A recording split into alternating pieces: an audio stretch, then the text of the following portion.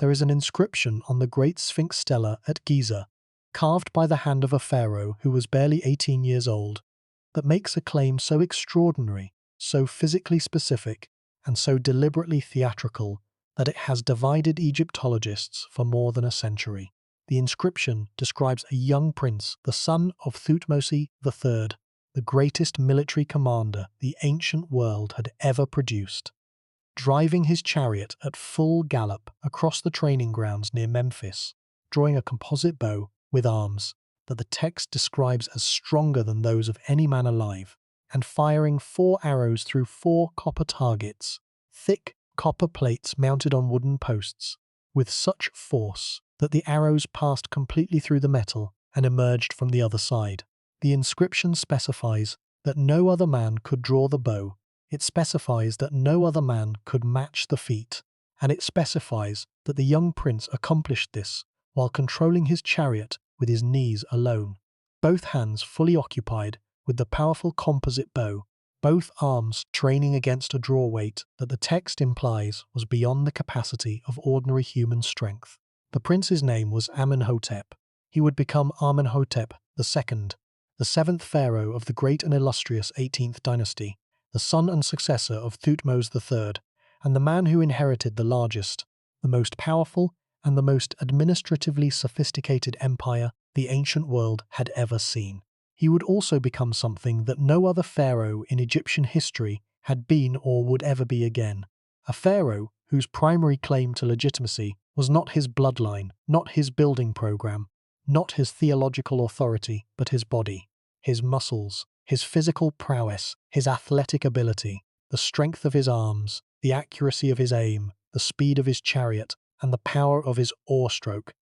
In a civilization that had produced warrior kings and divine rulers for more than 2,000 years, Amenhotep II was something new, a pharaoh who presented himself not merely as a divine ruler who commanded armies, but as a supreme athlete who could outperform any man in his kingdom at any physical task.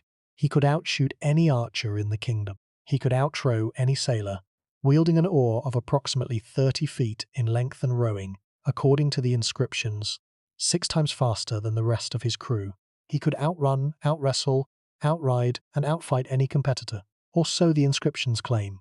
The question that has haunted the study of Amenhotep II since the first translations of his inscriptions were published in the 19th century, is whether any of it was true. Was Amenhotep II genuinely the physical marvel that his monuments describe?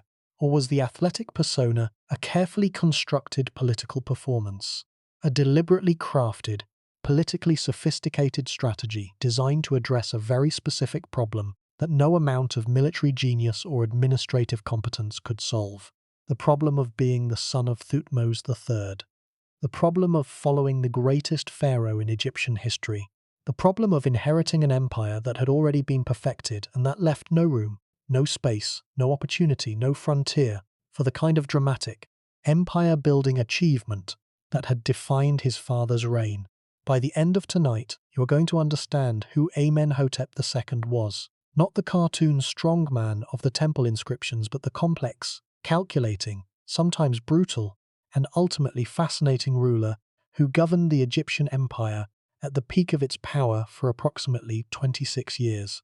You are going to understand the athletic propaganda, the military campaigns, the diplomatic revolution that ended a century of warfare between Egypt and Mitanni, and the tomb in the Valley of the Kings that became, centuries after the pharaoh's death, a secret vault for the mummies of 9 other kings. And you are going to understand what it means to live in the shadow of a father whose achievements cannot be surpassed, and what it costs to spend an entire reign trying.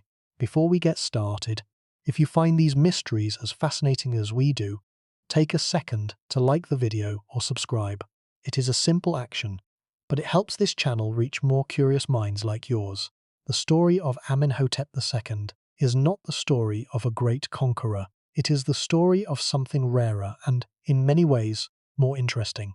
It is the story of a man who was given everything: the throne, the empire, the army, the wealth, the divine authority of the most powerful, the most sacred, and the most demanding office in the entire ancient world.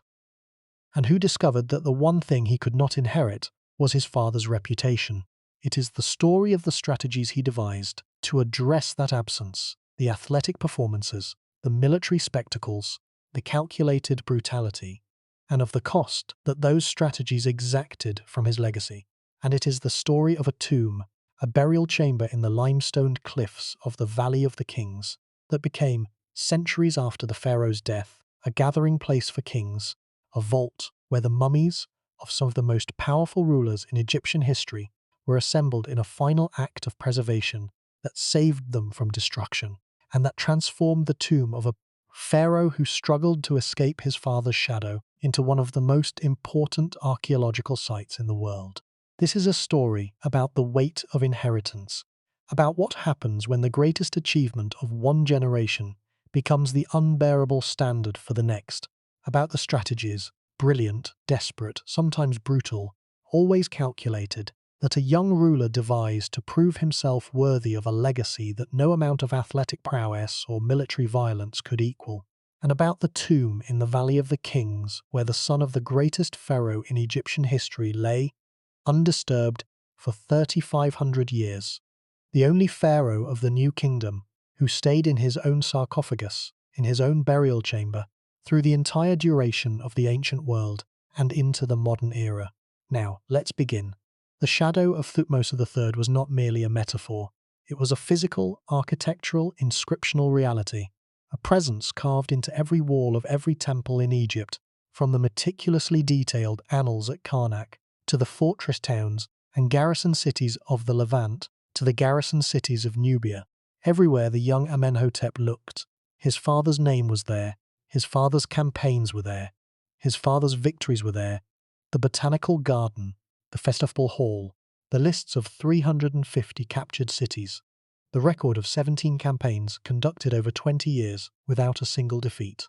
The empire itself, stretching from the fifth cataract of the Nile to the banks of the Euphrates, was his father's creation, his father's monument, his father's legacy, and the son who inherited that legacy was expected to do something with it, to add his own chapters to the story, to prove that the Thutmosid bloodline had not exhausted itself, to demonstrate that the most powerful dynasty in the ancient world could still produce a pharaoh worthy of the throne. The pressure must have been extraordinary, and the response that Amenhotep II devised, whether consciously or instinctively, to address that pressure was unlike anything the pharaonic tradition had ever seen. He would not try to outconquer his father. He could not. The empire was already built, the frontiers were already established, the vassal states were already subdued. There was nothing left to conquer that his father had not already conquered. Instead, Amenhotep would do something different. He would make his body the monument. He would make his physical prowess the achievement. He would become the pharaoh who was not merely a divine ruler who commanded armies from the safety of the rear, but a supreme, divinely gifted physical specimen, a man whose personal strength, skill, and endurance surpassed those of every other man alive.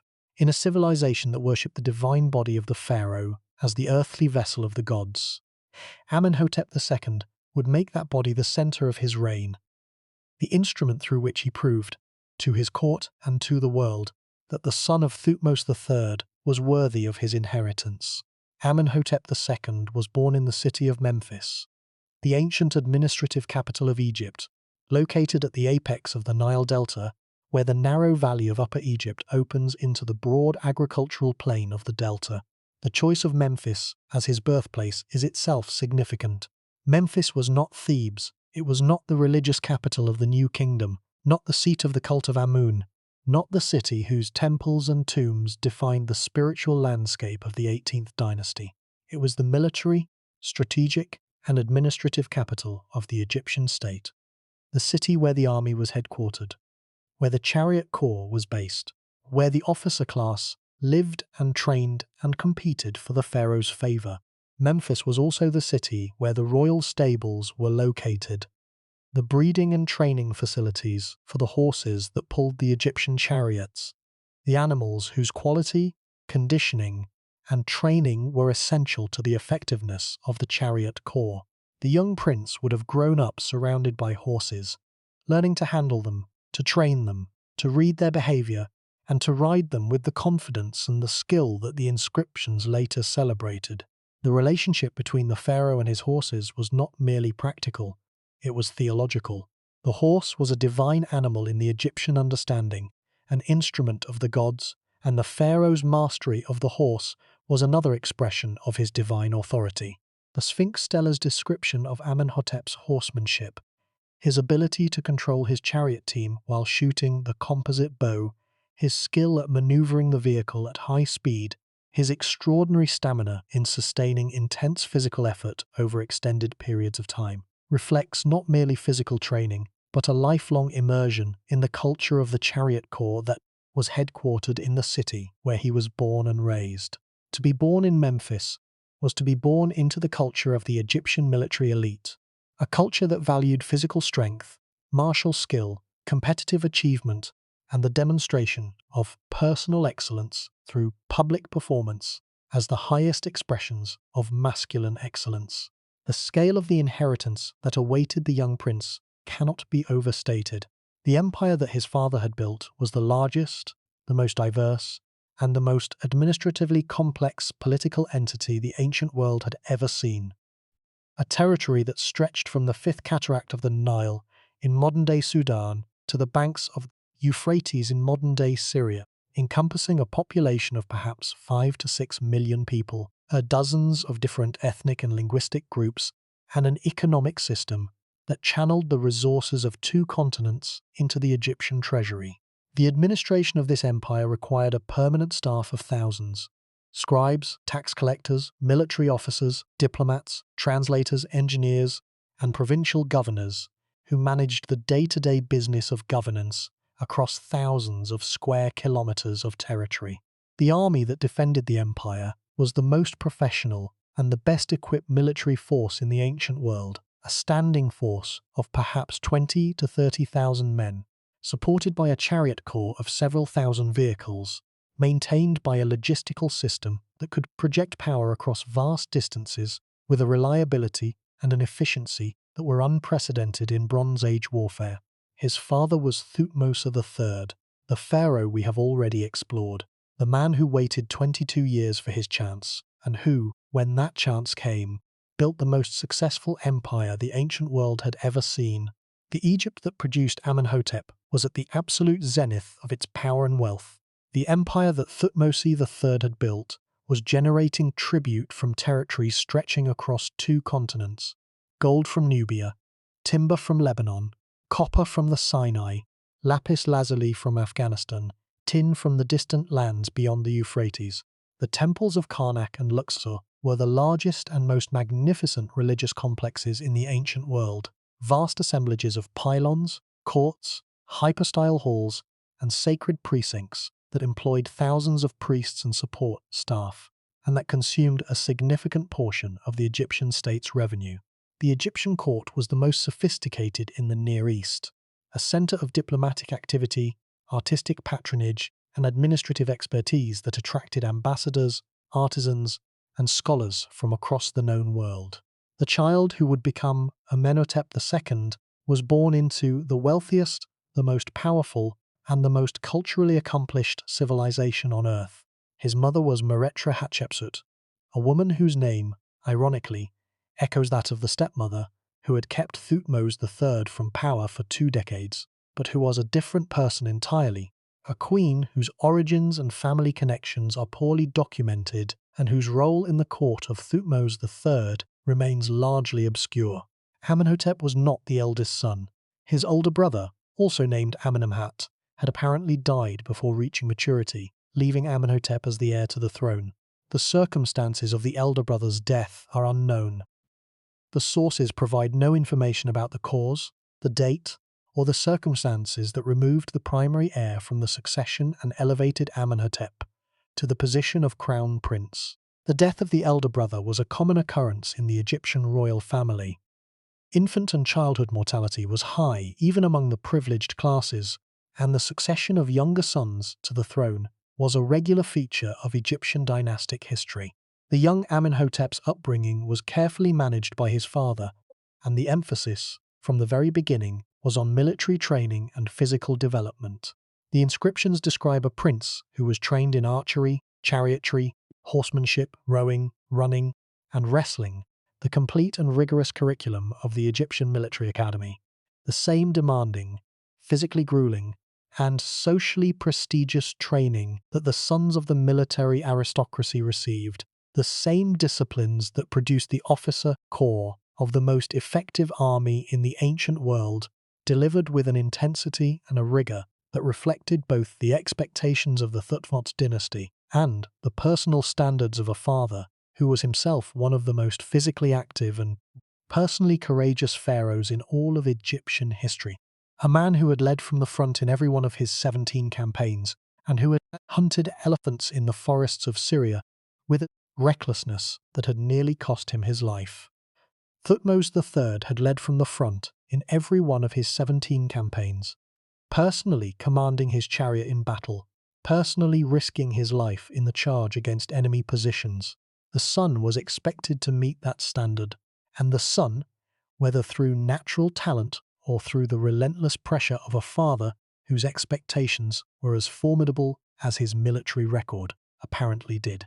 The Great Sphinx Stela, erected at Giza near the Great Sphinx, a monument that was already more than 1,000 years old when Amenhotep placed his inscription beside it, provides the most detailed account of the young prince's athletic achievements. The stela describes Amenhotep as excelling in every physical discipline that the Egyptian military and royal court recognized and celebrated: archery, rowing, running, horsemanship, with a specificity and a physicality that are unique in the corpus of Egyptian royal inscriptions. No other pharaoh in Egyptian history described his athletic abilities in such detail. No other pharaoh claimed, with such explicit and repeated emphasis, that his body was the instrument of his authority and the measure of his worth. The inscription also describes Amenhotep's skill with horses, his ability to train them, to handle them, to judge their quality and their potential with the expertise of a professional horseman. The prince, according to the stela, knew every horse in the royal stables, knew their names, their temperaments, their strengths and weaknesses. He could identify a superior horse on sight. He could break a wild horse and train it for the chariot in less time than any other handler in the kingdom. The detail is striking. It suggests a young man who was not merely physically gifted, but genuinely knowledgeable, a student of the equine arts, who combined the physical ability of the athlete with the intellectual curiosity of the scholar. The stela reads less like a conventional royal inscription and more like the scouting report of a modern sports franchise, a detailed, specific, almost clinical assessment of the subject's physical capabilities, delivered with the confident authority of an eyewitness who has seen the performance and is prepared to testify to its truth. The archery demonstration, the 4 arrows through 4 copper targets at full gallop, is the most famous of these claims, and the one that has attracted the most scholarly attention. The composite bow of the 18th dynasty was the most powerful ranged weapon in the Bronze Age, a laminated construction of wood, horn, and sinew that could generate draw weights of approximately 40 to 60 kilograms, and that could send an arrow through bronze armor at ranges of more than 100 meters.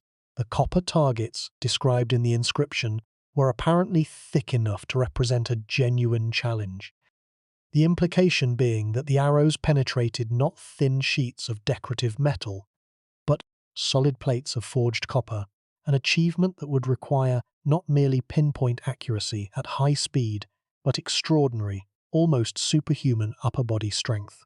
The archery performance described in the Sphinx Stela was not merely a feat of strength. It was a feat of coordination, timing, and physical mastery that required years of intensive training. And the composite bow of the 18th dynasty was not a simple weapon. It was a complex laminated construction that combined layers of wood, animal horn, and animal sinew into a single, powerful structure whose design reflected centuries of accumulated knowledge about the physics of projectile weapons.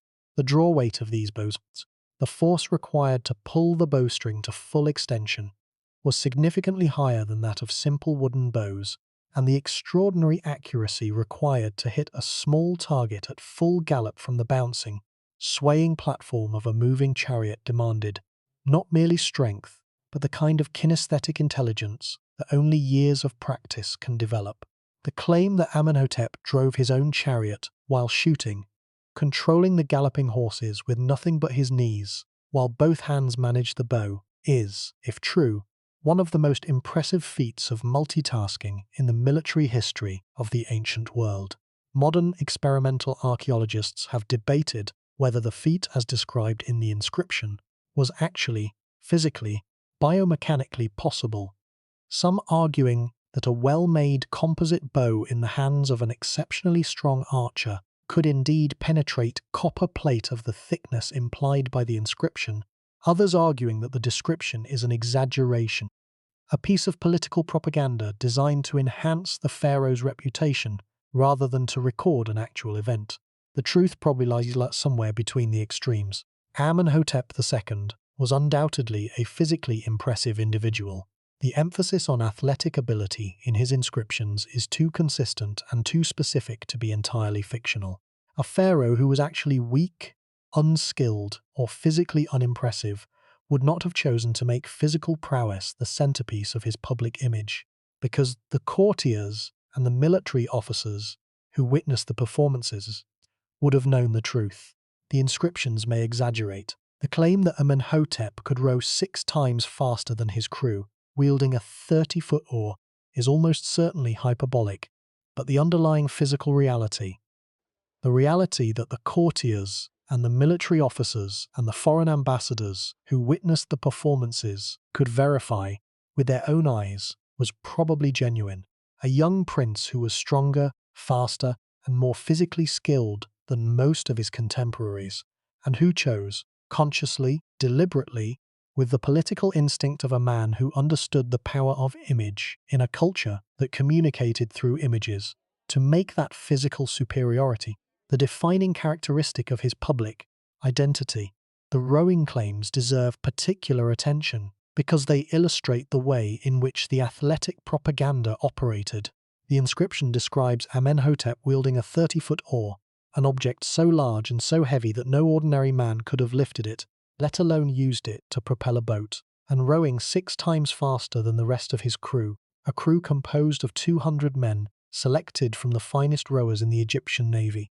The claim is physically impossible in its literal form. No individual human being, regardless of strength or training, can generate 6 times the output of a trained crew member. But the claim was not meant to be taken literally. It was meant to be understood in the register of pharaonic propaganda, a register, in which the pharaoh's accomplishments are described in terms that emphasize their divine, rather than their human, character. The pharaoh does not merely outperform other men, he transcends the category of human performance entirely. His strength is not human strength amplified, his speed is not human speed enhanced, his accuracy is not human accuracy improved. His strength, it is divine strength expressed through a human body. The exaggeration is not a lie, it is a theological statement, a declaration that the pharaoh operates in a different register of reality than ordinary human beings, and that his physical achievements are evidence of that difference. The 6-fold speed of the rowing, the impossible draw of the bow, the penetration of the copper targets. These are not human achievements described in hyperbolic language. They are divine achievements expressed through a human body. The distinction matters, because if the pharaoh's athletic feats are understood as divine manifestations rather than as human accomplishments, then the question of whether they were physically possible becomes irrelevant. The divine does not operate within the constraints of human physiology. The horse training and chariotry skills were equally central to Amenhotep's self-presentation. Memphis, where the prince was raised, was the headquarters of the Egyptian Chariot Corps, the elite military arm that had been the decisive factor in every major Egyptian victory since the expulsion of the Hyksos. The chariot officers who trained at Memphis were the aristocrats of the Egyptian military, men of high birth, rigorous training, and fierce competitive pride who competed with each other in chariot racing, archery from horseback, and the complex maneuvers that defined chariot warfare in the Bronze Age.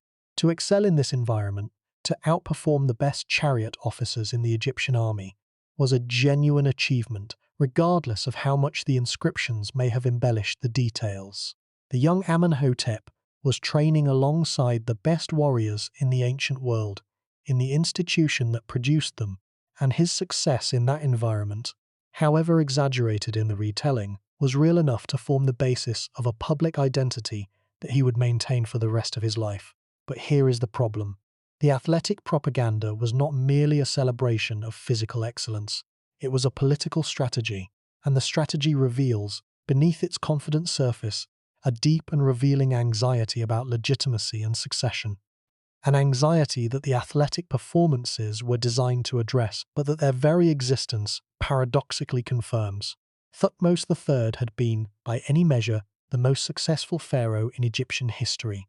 A military commander of extraordinary brilliance, an administrator of rare competence, and a builder whose monuments at Karnak remain among the most impressive architectural achievements of the ancient world. How does a son follow that? How does an heir prove himself worthy of a legacy that encompasses 17 military campaigns, 350 captured cities, and an empire that stretches across 2 continents? The answer that Amenhotep devised, the answer encoded in every inscription, every relief sculpture, every public performance of athletic prowess, was to shift the terms of comparison. He could not outconquer his father, but he could outperform him, physically, athletically, in the language of the body rather than the language of strategy. The son could not be a greater general than the father, but he could be a greater athlete. And in a civilization that understood the pharaoh's body as a divine instrument and a vessel through which the gods expressed their power on earth, that claim carried genuine theological weight. The co-regency between Thutmose III and Amenhotep II is one of the better documented transitions of power in the 18th dynasty. Thutmose, in the final years of his life, elevated his son to the position of co-regent, sharing the throne, the titles, and the responsibilities of kingship with the younger man in a deliberate effort to ensure a smooth succession. The co-regency was a well-established and politically prudent practice in the pharaonic system, a mechanism designed to prevent the kind of succession crises that had plagued earlier periods of Egyptian history and to allow the incoming pharaoh to gain experience in governance before assuming sole power.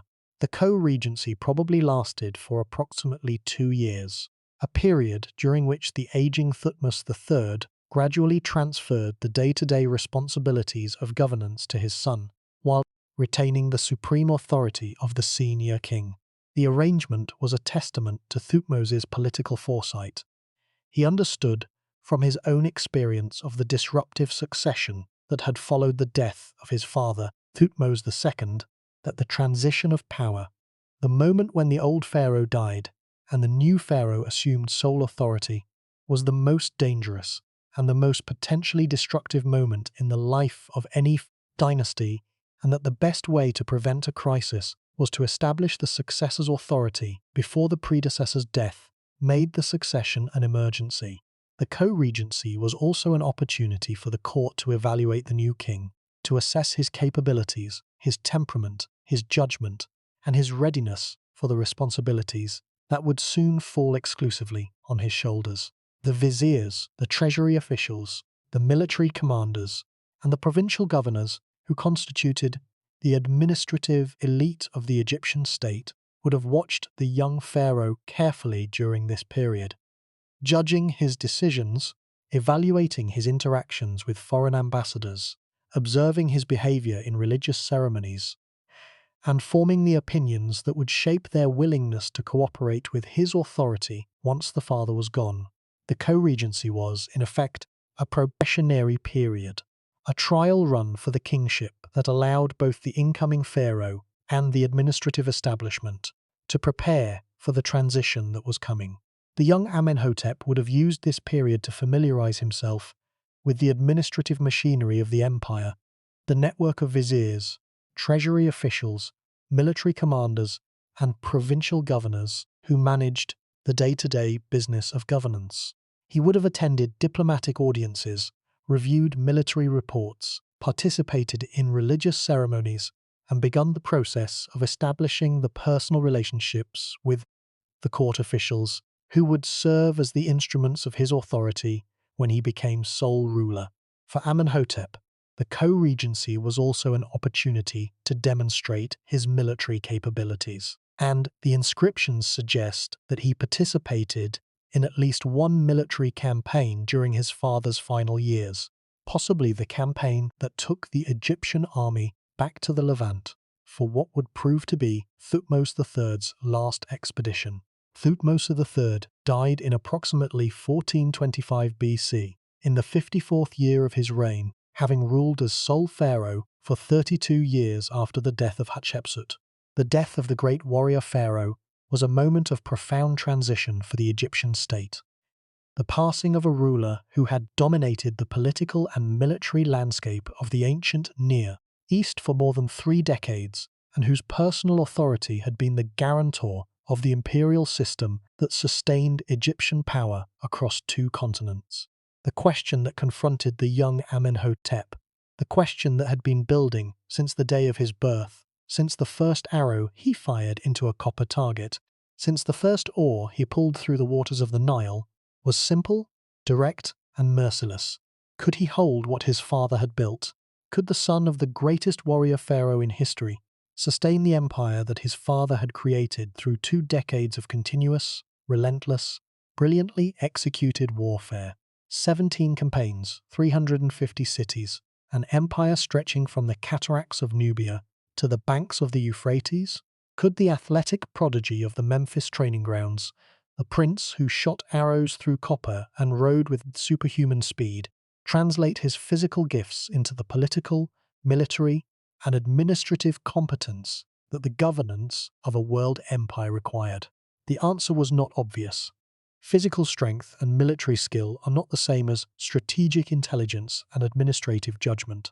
The history of every civilization is full of rulers who were personally brave, physically impressive, and martially skilled, but who lacked the broader qualities needed to govern a complex state: the patience to manage bureaucracies, the judgment to assess diplomatic situations, the foresight to plan for contingencies, the discipline to maintain the mundane machinery of governance that sustains an empire between its moments of dramatic achievement. The question was whether Amenhotep II possessed these broader qualities, or whether the athletic persona, however impressive, was a mask that concealed a deeper inadequacy. The campaigns of the first 9 years of his reign would provide the first part of the answer. The silence of the remaining 17 years would provide the rest. The answer came quickly, and it came in blood. Within months of Thutmose III's death, the Levantine vassal states began to test the new pharaoh. The pattern was familiar. It had happened after the death of Thutmose I, and it had happened after the death of Thutmose II. Every succession in the 18th dynasty was accompanied by a wave of rebellion in the empire's outlying territories, a probing, opportunistic challenge by vassal rulers who sensed that the transition of power might create a window of weakness that could be exploited. The kingdom of Mitanni, Egypt's principal rival in the northern Levant, encouraged and probably funded these rebellions, providing diplomatic support, military advisors, and possibly direct military assistance to the city-states that were willing to challenge Egyptian authority. The rebellion that confronted Amenhotep II in approximately the 3rd year of his reign was centered in the region of Tarksi in northern Syria, the same territory that his father had campaigned through repeatedly, the same territory that the Egyptian garrison system was supposed to maintain in submission. The revolt was significant, not a minor disturbance by a single discontented vassal, but a coordinated challenge that involved multiple city-states that was supported by Mitanni diplomatic and possibly military assistance, and that threatened to unravel the entire network of vassal relationships that Thutmose III had spent 20 years constructing, and that threatened the entire structure of Egyptian authority in the region. The young pharaoh, barely into his 20s, with no independent military experience beyond whatever campaigns he had participated in during his father's co-regency, was facing the defining test of his reign. Amenhotep's response was swift, decisive, and deliberately brutal. He marched his army into Syria, engaged the rebel forces, and personally, according to the inscriptions, killed 7 rebel princes at the city of Takisi with his own weapon. The Armada Stella, erected after the campaign, describes the event with a matter-of-fact bluntness that is jarring, even by the standards of Egyptian royal propaganda. The pharaoh slew the 7 princes with his own bludgeon, personally, physically, with the same arms that drew the impossible bow and wielded the 30-foot oar. The detail is not incidental. It is central to the entire message of the inscription. The pharaoh did not order the execution. He performed it. He did not delegate the violence. He embodied it. The act was simultaneously a military punishment, a political statement, and an athletic performance. A demonstration that the pharaoh who shot arrows through copper targets could also crush the skulls of rebel princes with his own hands. He then ordered their bodies hung upside down on the prow of his royal ship as it sailed south toward Thebes, a public display of royal violence that was intended not merely to celebrate a victory, but to terrorize potential rebels into submission. Upon reaching Thebes, 6 of the 7 bodies were mounted on the city walls, hung from the fortifications of the capital city, where they would be visible to every official, every priest, every diplomat, and every ordinary citizen who passed beneath them.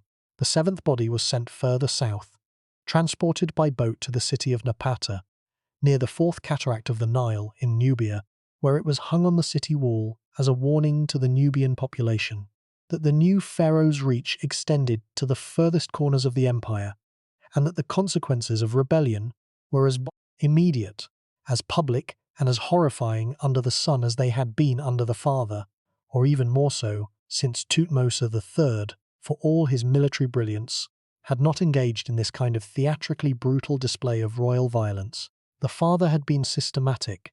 The son was spectacular. The father had conquered through strategy. The son intimidated through spectacle. The difference in approach reveals a difference in situation. The father had been building an empire and needed the cooperation of the peoples he conquered. The son was maintaining an empire and needed the obedience of peoples who were already conquered and who needed to be reminded in the most vivid and visceral terms possible of the cost of defiance. The detail about the 7th body, sent to Napata in Nubia, more than 1,000 kilometers south of Thebes, is particularly revealing. Nubia was Egypt's southern province, a territory that had been conquered and garrisoned under the early pharaohs of the 18th dynasty, and that was administered by a viceroy known as the Kings, son of Cush. The Nubian population, unlike the Levantine city-states, was directly governed by Egyptian officials, and the territory was exploited primarily for its gold mines, which provided a significant portion of the Egyptian state's revenue. The display of a Syrian rebel's body on the walls of a Nubian city was a message directed not at the Syrians, who were too far away to see it, but at the Nubians. It was a reminder that the pharaoh's authority extended across the entire empire, that rebellion in any quarter would be punished with the same severity, and that the new pharaoh was as willing to make examples of the disobedient as his father had been. The single body, transported 1,000 kilometers to be displayed on a foreign wall, was a more powerful statement of imperial authority than a dozen military campaigns, because it demonstrated not merely military capability, but a willingness to use violence as political theatre, to transform the punishment of enemies into a spectacle of royal power that resonated across the entire territory of the empire. The display of the bodies was not random brutality. It was calculated political theatre, a deliberate strategy designed to accomplish 2 objectives simultaneously. First, it established that the new pharaoh was not weak, that the transition from Thutmose III to Amenhotep II had not created the window of weakness that the rebels had anticipated. The son was as ruthless as the father. The son was as willing to use extreme violence as a tool of political control. The son was not going to be tested without consequences. Second, and more subtly, the display demonstrated that Amenhotep was a personally dangerous individual, a pharaoh who did not merely command armies but who killed with his own hands. The 7 princes were not slain by Egyptian soldiers. They were slain by the pharaoh himself. by the same arms that drew the impossible bow, by the same hands that wielded the 30-foot oar, by the same body that the great Sphinx stela and a dozen other inscriptions presented as the most divinely powerful physical instrument in the Egyptian kingdom. He was what we might today call, in the language of modern sports culture, an elite, world-class athlete, a man whose physical abilities, however exaggerated in the retelling, were genuinely exceptional, genuinely verified by the witnesses who watched his performances, and genuinely central to his understanding of what it meant to be Pharaoh. The athletic propaganda and the military violence were part of the same message, a unified statement of personal physical supremacy that was designed to make potential rebels think twice before challenging a pharaoh who was not merely a ruler but a weapon. And it gets stranger, because the campaigns that followed the Taxi expedition reveal a more complex and in some ways more disturbing picture of Amenhotep's military career. The second campaign, conducted in approximately the 7th year of his reign, took the Egyptian army back into Syria, where renewed unrest, probably instigated by Mitanni, had destabilized the vassal system that Thutmose III had established. The Memphis and Karnak stelae that record this campaign describe a military operation that was, by the standards of Thutmose III's campaigns, relatively modest, a punitive expedition rather than a war of conquest, designed to reassert Egyptian authority rather than to expand the empire's frontiers. The inscriptions record the booty captured and the prisoners taken, but they lack the detailed tactical narratives that characterize the annals of Thutmose III. There is a curious gap of approximately 2 weeks in the narrative of the 7th year campaign, a period during which the inscriptions record no events, no movements, and no engagements. The gap has generated significant scholarly speculation. Some historians have suggested that the missing 2 weeks represent a period of military inactivity, a pause in the campaign caused by logistical difficulties, supply problems, or the need to regroup after a particularly demanding phase of operations. Others have suggested something more troubling, that the gap conceals a military setback, a battle that went badly, an engagement that the scribes chose not to record because its outcome did not support the narrative of unbroken victory that the stelae were designed to present. The evidence, frustratingly, is insufficient to determine which interpretation is correct. The inscriptions are silent on the subject, and no independent contemporary source provides information that would allow scholars to fill the gap with confidence. But the very existence of the gap, in a record that is otherwise detailed and comprehensive, is itself suggestive. Thutmose III's annals contain no such gaps. Every day is accounted for, every movement is recorded, every engagement is described. The gap in Amenhotep's record raises questions that the inscriptions cannot answer. The absence of detail has led some scholars to suggest that the campaign was less successful than the inscriptions imply, that Amenhotep may have encountered resistance that he could not fully overcome, that the gaps in the narrative may conceal setbacks or outright defeats that the scribes chose not to record.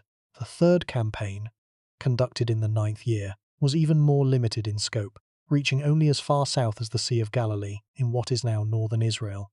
The campaign appears to have been directed against local disturbances in the Canaanite territories rather than against the major Syrian city-states that had been the focus of Thutmose III's operations.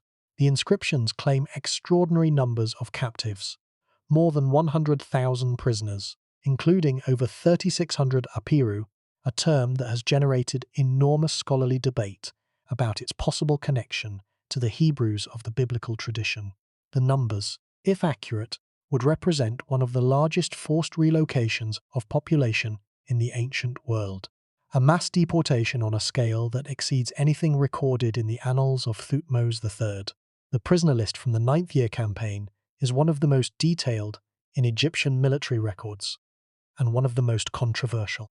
The Memphis Stela breaks down the captive population into specific categories: Marianu warriors, the chariot-owning aristocracy of the Levantine city-states, as well as their family members, Apiru, Shasu Bedouin, Karu Canaanites, and others. The Apiru, a term that appears frequently in Egyptian, Akkadian, and Hittite sources from the 2nd millennium BC, have been the subject of particularly intense scholarly debate. The word may refer to a social class, landless people, migrant laborers, mercenaries, or refugees, rather than to an ethnic or national group. The possible linguistic connection between Apiru and Hebrew has generated an enormous literature that remains unresolved and that continues to divide scholars along lines that are as much theological as they are historical. Whatever the Apiru were, the fact that Amenhotep's scribes specifically enumerated more than 3,600 of them among the captives during a single campaign suggests that they were a significant population in the Levantine territories and that their displacement, whether voluntary or forced, was a notable feature of the political landscape of the region during the mid-15th century BC. Most scholars regard the numbers as exaggerated, the product of scribal inflation designed to make the campaign appear more impressive than it actually was. But here is what makes this truly terrifying. From the perspective of understanding the complex, layered, and often contradictory political dynamics of the 18th dynasty and the pressures that shaped Amenhotep's reign, the campaign stopped. After the 9th year, there are no more military campaigns recorded in the inscriptions of Amenhotep II. The remaining 17 years of his reign, approximately 2/3 of his time on the throne, were spent not in military conquest but in diplomatic management, administrative maintenance, and the continued pursuit of the athletic propaganda that had defined his public image from the beginning. The pharaoh who had hung 7 bodies on the prow of his ship, who had mounted the corpses of rebel princes on the walls of Thebes and Napata, who had marched into Syria with the fury and the spectacle of a man determined to prove himself worthy of his father's legacy. That Pharaoh, after his 9th year on the throne, put down his weapons and never picked them up again. The contrast with his father's career is stark and deeply significant for understanding both the nature of Amenhotep's reign and the evolution of the Egyptian imperial system. Thutmose III conducted 17 campaigns over 20 years, an annual rhythm of military operations that maintained constant pressure on the Levantine vassal states, and that kept the Egyptian army in a state of permanent readiness. Amenhotep conducted 3 campaigns in 9 years, and then nothing. The annual campaign cycle that his father had established was abandoned. The pharaoh who had demonstrated such theatrical willingness to use violence, who had hung bodies on walls and mounted corpses on the prow of his ship, chose, after his 9th year, to govern through diplomacy, administration, and the maintenance of the system his father had built, rather than through the continuous application of military force. The silence is the mystery. Why did the campaign stop? The conventional explanation is that Amenhotep had succeeded in stabilizing the empire, that the 3 campaigns had crushed the rebellions, reasserted Egyptian authority, and demonstrated to the vassal states and to Mitanni that the new pharaoh was capable of defending the empire his father had built. The unconventional explanation, the one that some scholars have proposed, and that the evidence, frustratingly, neither confirms nor denies, is that the campaign stopped because Amenhotep had reached the limits of what he could accomplish militarily. He was not his father. He could not sustain the relentless, year-after-year tempo of military operations that Thutmose III had maintained for 2 decades. Perhaps the logistical burden was too great. The cost of annual campaigns, measured in men, material, and administrative attention, may have exceeded the benefits, particularly once the immediate threats to the empire's stability had been addressed. Perhaps the diplomatic opportunities were too attractive. The possibility of peace with Mitanni, which would reduce the military burden and free resources for domestic purposes, may have been more appealing than another decade of campaigning. Perhaps the pharaoh himself had changed. The young man who had hung bodies on the walls of Thebes had matured into a ruler who understood that the theatrical violence of the early campaigns was not a sustainable basis for imperial governance, and that the long-term stability of the empire required more sophisticated tools than military force alone. He did not possess, or did not choose to exercise, the sustained strategic vision, the meticulous tactical brilliance, or the sustained logistical competence that had made Thutmose III's campaigns so effective. He could win battles, he could terrorize rebels, He could march armies into hostile territory and return with booty and prisoners. But he could not, or did not, conduct the kind of systematic, year after year, campaign after campaign program of imperial expansion and consolidation that had been the hallmark of his father's reign. The campaigns were not the methodical, strategic, year after year program of systematic imperial expansion that had characterized the operations of Thutmose III. They were not designed to build an empire. The empire was already built. They were designed to prove that the man who sat on the throne was capable of defending it, that the son possessed, in his own person, the physical and martial qualities that the dynastic inheritance demanded. Each campaign was, in a sense, a continuation of the archery demonstrations and the rowing contests, a public performance of royal capability, conducted on a larger and bloodier stage that served the same fundamental purpose: to establish the pharaoh's credentials in the eyes of the court, the army, the priesthood, and the vassal states.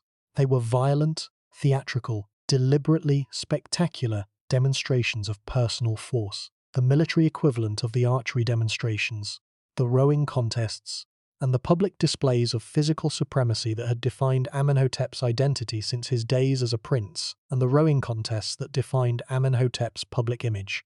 They were performances as much as they were military operations, displays of personal force and royal spectacle that were designed to intimidate as much as to conquer, to terrify as much as to administer. The booty lists from the campaigns illustrate this performative quality. The Memphis Stela records the spoils of the 7th year campaign with the same meticulous detail that characterized the annals of Thutmose III. The number of prisoners captured, the weight of gold and silver seized, the quantities of chariots and horses and weapons confiscated from the defeated. But there is a notable difference in emphasis. Thutmose III's annals presented the booty as evidence of strategic achievement, the systematic extraction of resources from conquered territories in the service of a long-term imperial project. Amenhotep's stelae present the booty as evidence of personal triumph, the trophies of a warrior king whose physical courage and martial skill had brought the wealth of the Levant to the feet of the Egyptian gods. The emphasis is not on the system but on the man, not on the empire but on the pharaoh, not on the strategic significance of the campaign, but on the personal valor of the commander who led it. This difference in emphasis is not a minor stylistic variation. It reflects a fundamental difference in the nature of the two pharaohs' military careers and in their understanding of what military power was for. Thutmose III used military power to build an empire. Amenhotep II used military power to prove himself worthy of an empire that had already been built. The distinction is crucial, and it explains, more than any other factor, why the campaign stopped after the 9th year. Amenhotep did not need to campaign anymore. He had proved his point. He had demonstrated that he was physically capable of leading an army, that he was personally brave enough to fight in the front ranks, that he was ruthless enough to hang the bodies of rebel princes on the walls of his capital. The performance was complete. The audience had received the message, and the pharaoh, having established his martial credentials to his own satisfaction, turned his attention to the quieter, more sustainable, and ultimately more effective tools of imperial governance that would occupy the remaining 2/3 of his reign. And after the 9th year, the performances stopped. The diplomatic revolution that occurred in the latter half of Amenhotep II's reign is one of the most significant, the most consequential, and the most consistently underappreciated developments in the history of the ancient Near East. After decades of warfare between Egypt and the kingdom of Mitanni, warfare that had begun with Thutmose I's march to the Euphrates, and that had continued through the campaigns of Thutmose III and the early years of Amenhotep II, the two powers, exhausted by decades of conflict and confronted by new threats on their respective frontiers, made peace. The evidence for the diplomatic transformation is preserved in the Memphis Stela, the large inscribed stone that Amenhotep erected at the ancient administrative capital to commemorate his military and diplomatic achievements. The stela records that after the campaign of the 9th year, the chiefs of Naharin, the Egyptian name for the Mitanni heartland, together with representatives of the Hittite kingdom and of Babylon, came before the pharaoh bearing gifts and seeking friendship. The hostile references to Mitanni that had characterized the inscriptions of the earlier campaigns disappeared. The enemy became a partner. The rival became an ally. The diplomatic revolution with Mitanni is one of the least discussed but most consequential events in the history of the 18th dynasty, and it occurred not under the famous warrior pharaohs whose military exploits dominate the popular imagination, but under the son whom history has largely relegated to a supporting role in the dynastic narrative. The irony is significant, the achievement that may have had the greatest long-term impact on Egyptian history. The transformation of Egypt's most dangerous enemy into its most reliable ally belongs not to Thutmose III, but to Amenhotep II, the pharaoh who is remembered for his muscles rather than his diplomacy. The transformation was not sudden. It was the product of a gradual process of diplomatic recalculation that reflected changes in the strategic landscape of the ancient Near East. The Kingdom of Mitanni, which had been the dominant power in northern Mesopotamia and the principal sponsor of anti-Egyptian resistance in the Levant, was facing pressure from two directions: from the rising Hittite Empire, which was aggressively expanding into northern Syria from its Anatolian heartland, and from the increasingly assertive Assyrian kingdom, which was beginning to challenge Mitanni hegemony and to assert its independence in the eastern reaches of what had been Mitanni territory. The Mitanni kings, confronting the prospect of a two-front war against powers that were growing stronger while their own resources were declining, recognized that continued warfare with Egypt was a luxury they could no longer afford. Peace with Egypt, even a peace that acknowledged Egyptian dominance in the Levant, was preferable to the alternative, which was diplomatic isolation, strategic encirclement, and eventual destruction. For Amenhotep, the peace with Mitanni offered advantages that were equally compelling, advantages that a pharaoh of Amenhotep's intelligence and political sophistication would have recognized immediately.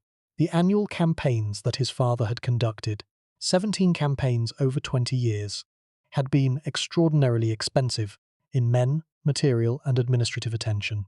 The empire that Thutmose had built required constant military maintenance, annual expeditions to the Levant to collect tribute, suppress disturbances, and remind the vassal states that the pharaoh's authority was backed by the pharaoh's army.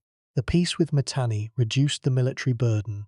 It transformed the most dangerous northern frontier into a zone of diplomatic cooperation, freed Egyptian military resources for other purposes, and allowed the pharaoh to redirect the wealth and the administrative capacity that had been consumed by the campaigns into domestic projects, temple construction, and the internal consolidation of the empire. The peace with Mitanni was not merely a bilateral agreement between two powers. It was a structural transformation of the entire Near Eastern state system, a reconfiguration of the balance of power that affected every kingdom, every city-state, and every tribe in the region. The end of hostilities between Egypt and Mitanni removed the principal source of instability in the Levant, the proxy wars, and the sponsored rebellions that had made the Levantine city-states the battleground of great power competition for the better part of a century during which the Levantine city-states had been pawns in a great power rivalry that had cost them treasure, territory, and thousands of lives. With the two most powerful states in the ancient Near East finally at peace, the vassal states lost their ability to play one great power against the other, a strategy that had been the primary tool of Levantine diplomacy since the campaigns of Thutmose I. The transformation of the relationship between the two great powers, from bitter enemies, conducting destructive, expensive, and strategically draining proxy wars across the Levant, to diplomatic partners exchanging royal brides and addressing each other as brothers, was one of the most remarkable diplomatic revolutions in the history of the ancient Near East. Nothing in the previous century of Egyptian-Mitanni relations had suggested that such a transformation was possible. The wars between the two powers had been continuous, intensive, and deeply embedded in the political culture of both states. The pharaohs had defined their military careers by their campaigns against Mitanni. The Mitanni kings had defined their regional influence by their ability to challenge Egyptian hegemony. The peace required both sides to abandon the narratives that had sustained the conflict: the Egyptian narrative of Mitanni as the eternal enemy, the Mitanni narrative of Egypt as the aggressive imperialist, and to construct a new narrative of partnership, mutual respect, and shared interest that could sustain a peaceful relationship across generations. The peace imposed a new discipline on the region, a discipline that rewarded compliance and penalized resistance, that stabilized the existing political order and discouraged the kind of opportunistic rebellions that had characterized the pre-peace period. The diplomatic relationship between Egypt and Mitanni would deepen over the following generations. Amenhotep II is believed to have sought the hand of the Mitanni king Artatama's daughter in marriage, initiating a pattern of diplomatic marriages between the two royal houses that would become one of the defining features of the Amarna age. The diplomatic correspondence between Egypt and Mitanni, fragments of which survive in the Amarna letters, the extraordinary archive of cuneiform tablets discovered at Akhenaten's abandoned capital in 1887, reveals a relationship of extraordinary complexity and intimacy. The letters show royal courts exchanging gifts, negotiating marriage alliances, addressing each other as brother and friend, and conducting diplomatic business with a sophistication and a mutual respect that bears no resemblance to the hostile rhetoric of the earlier period. The pharaoh who had described the Mitanni as the enemies of Egypt and the sponsors of rebellion was now addressing the Mitanni king as an equal, a fellow sovereign whose friendship was worth cultivating, whose interests were worth respecting, and whose strategic partnership was essential to the stability of the entire Near Eastern state system, and whose daughter was worthy of marriage into the Egyptian royal family. The marriage alliances between Egypt and Mitanni, richly documented in the Amarna letters, the extraordinary and historically invaluable diplomatic archive discovered at the abandoned capital of Akhenaten, represent one of the most sophisticated diplomatic systems in the ancient world, a network of personal relationships between royal families that sustained the peace between the two great powers for nearly a century. The transition from warfare to diplomacy, from the bloody spectacle of the 7 princes on the ship's prow to the civilized exchange of diplomatic gifts and royal brides, is one of the most dramatic transformations in the political history of the ancient world, and it raises a question about Amenhotep II that the athletic inscriptions and the military propaganda cannot answer. Was the pharaoh who made peace with Mitanni a different man from the pharaoh who hung the bodies of rebel princes on the walls of Thebes? Or were they the same man, a ruler who understood that the tools of statecraft include both violence and diplomacy, both the spectacle of force and the quiet negotiation of alliance, and that the choice between them is not a matter of character but of circumstance? The comparison with other rulers who combined military aggression with diplomatic sophistication illuminates the complexity of Amenhotep's position. Augustus Caesar, the first Roman emperor who had risen to power through a series of devastating civil wars, characterized by extraordinary political brutality and ruthless political calculation, spent the latter decades of his reign cultivating an image of peace, prosperity, and cultural refinement that was, in many respects, the opposite of the violence that had brought him to power.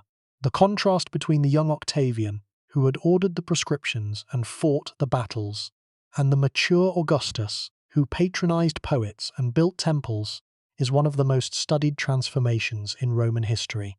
Amenhotep II underwent a similar, though less dramatic, transformation. The young pharaoh who hung bodies on his ship was replaced, over the course of his reign, by the mature pharaoh who exchanged diplomatic gifts with Mitanni, and who spent his time on building projects and administrative management rather than on military campaigns. The parallel extends beyond the political to the psychological dimension of rulership, to the question of how a ruler's inner experience of power shapes his public exercise of it.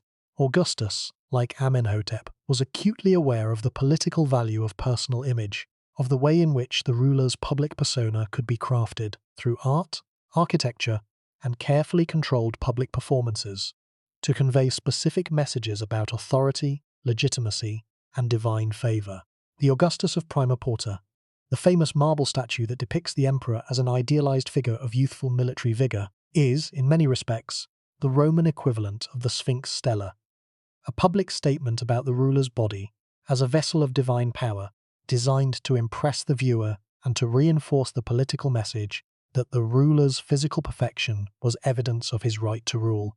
The pharaoh who shot arrows through copper targets and the emperor who was depicted as a godlike military figure were engaged in the same fundamental project, the transformation of the personal body into a political symbol.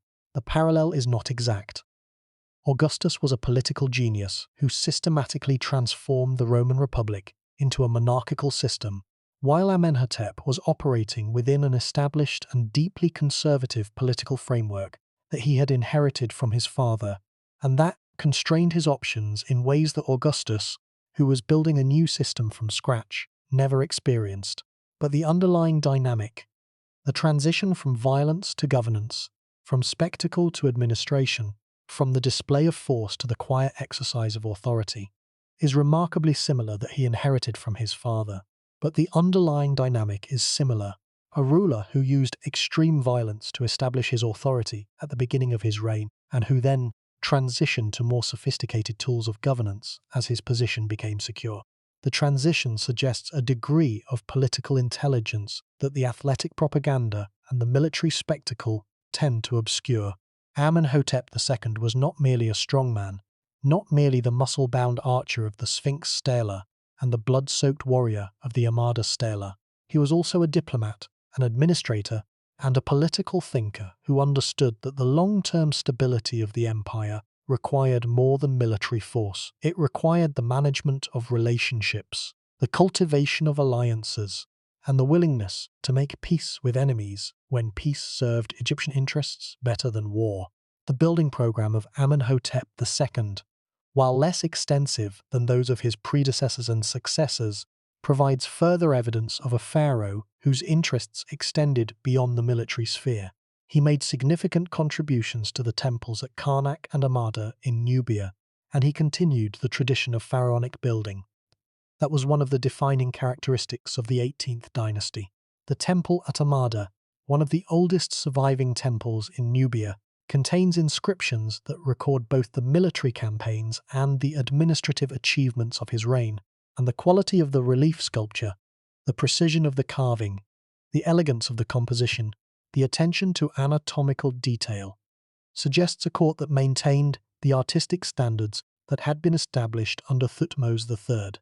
He also erected stelae at Giza, near the ancient Sphinx, connecting himself, through the deliberate, symbolically charged physical proximity of his royal inscriptions, to the most ancient and most venerable traditions of Egyptian kingship. The Amada Temple in Nubia, one of the finest surviving examples of 18th dynasty temple architecture, is particularly significant for understanding Amenhotep's building program. The temple, dedicated to the gods Amun-Re and Re-Horakti, was begun by Thutmose III and completed by Amenhotep II, making it a collaborative project that bridges the two reigns and that provides a physical expression of the dynastic continuity that the succession from father to son was designed to maintain. The relief sculptures in the temple are among the finest of the 18th dynasty, carved with a precision and a delicacy that demonstrate the continued vitality of the Egyptian artistic tradition under a pharaoh whose public image emphasized physical strength over aesthetic refinement. The temple also contains the Amada Stela, the inscription that records the campaign of the third year and the execution of the 7 Syrian princes, making it a site where the military and the religious dimensions of Amenhotep's reign are literally inscribed into the same walls. The choice of Giza as a site for his inscriptions was not random. It was a deliberate, politically calculated statement of continuity, a claim that the young pharaoh from Memphis was the heir not merely of Thutmose III, but of the entire pharaonic tradition, stretching back to the pyramid builders of the Old Kingdom. But the most fascinating dimension of Amenhotep II's legacy is the one that he could not have anticipated, and that the pharaoh himself would never have known about. The tomb that was prepared for him in the Valley of the Kings Tomb KV35, discovered by the French Egyptologist Victor Loret in March of 1898, would become, centuries after his death, one of the single most important archaeological sites in the entire Valley of the Kings. A site that would yield not one pharaoh's mummy, but 10.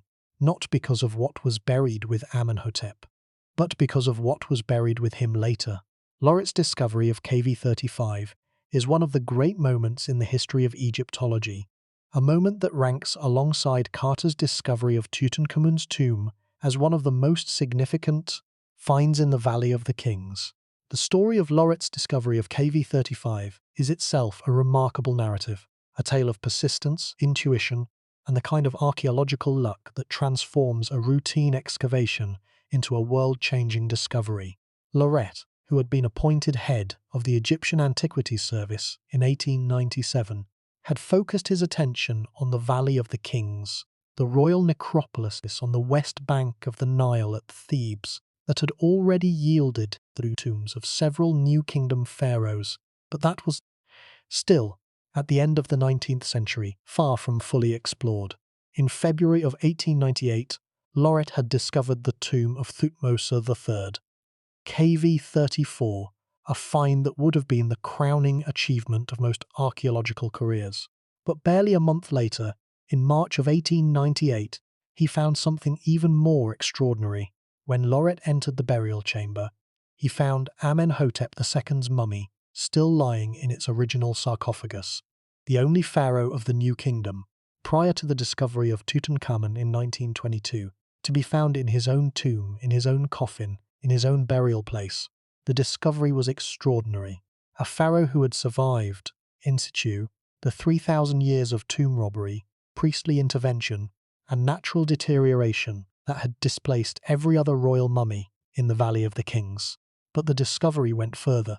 In the side chambers of the tomb, the sealed alcoves that branched off from the main burial chamber, Loret found something that he did not expect and that transformed the significance of the tomb from a single pharaoh's burial into a repository of royal history.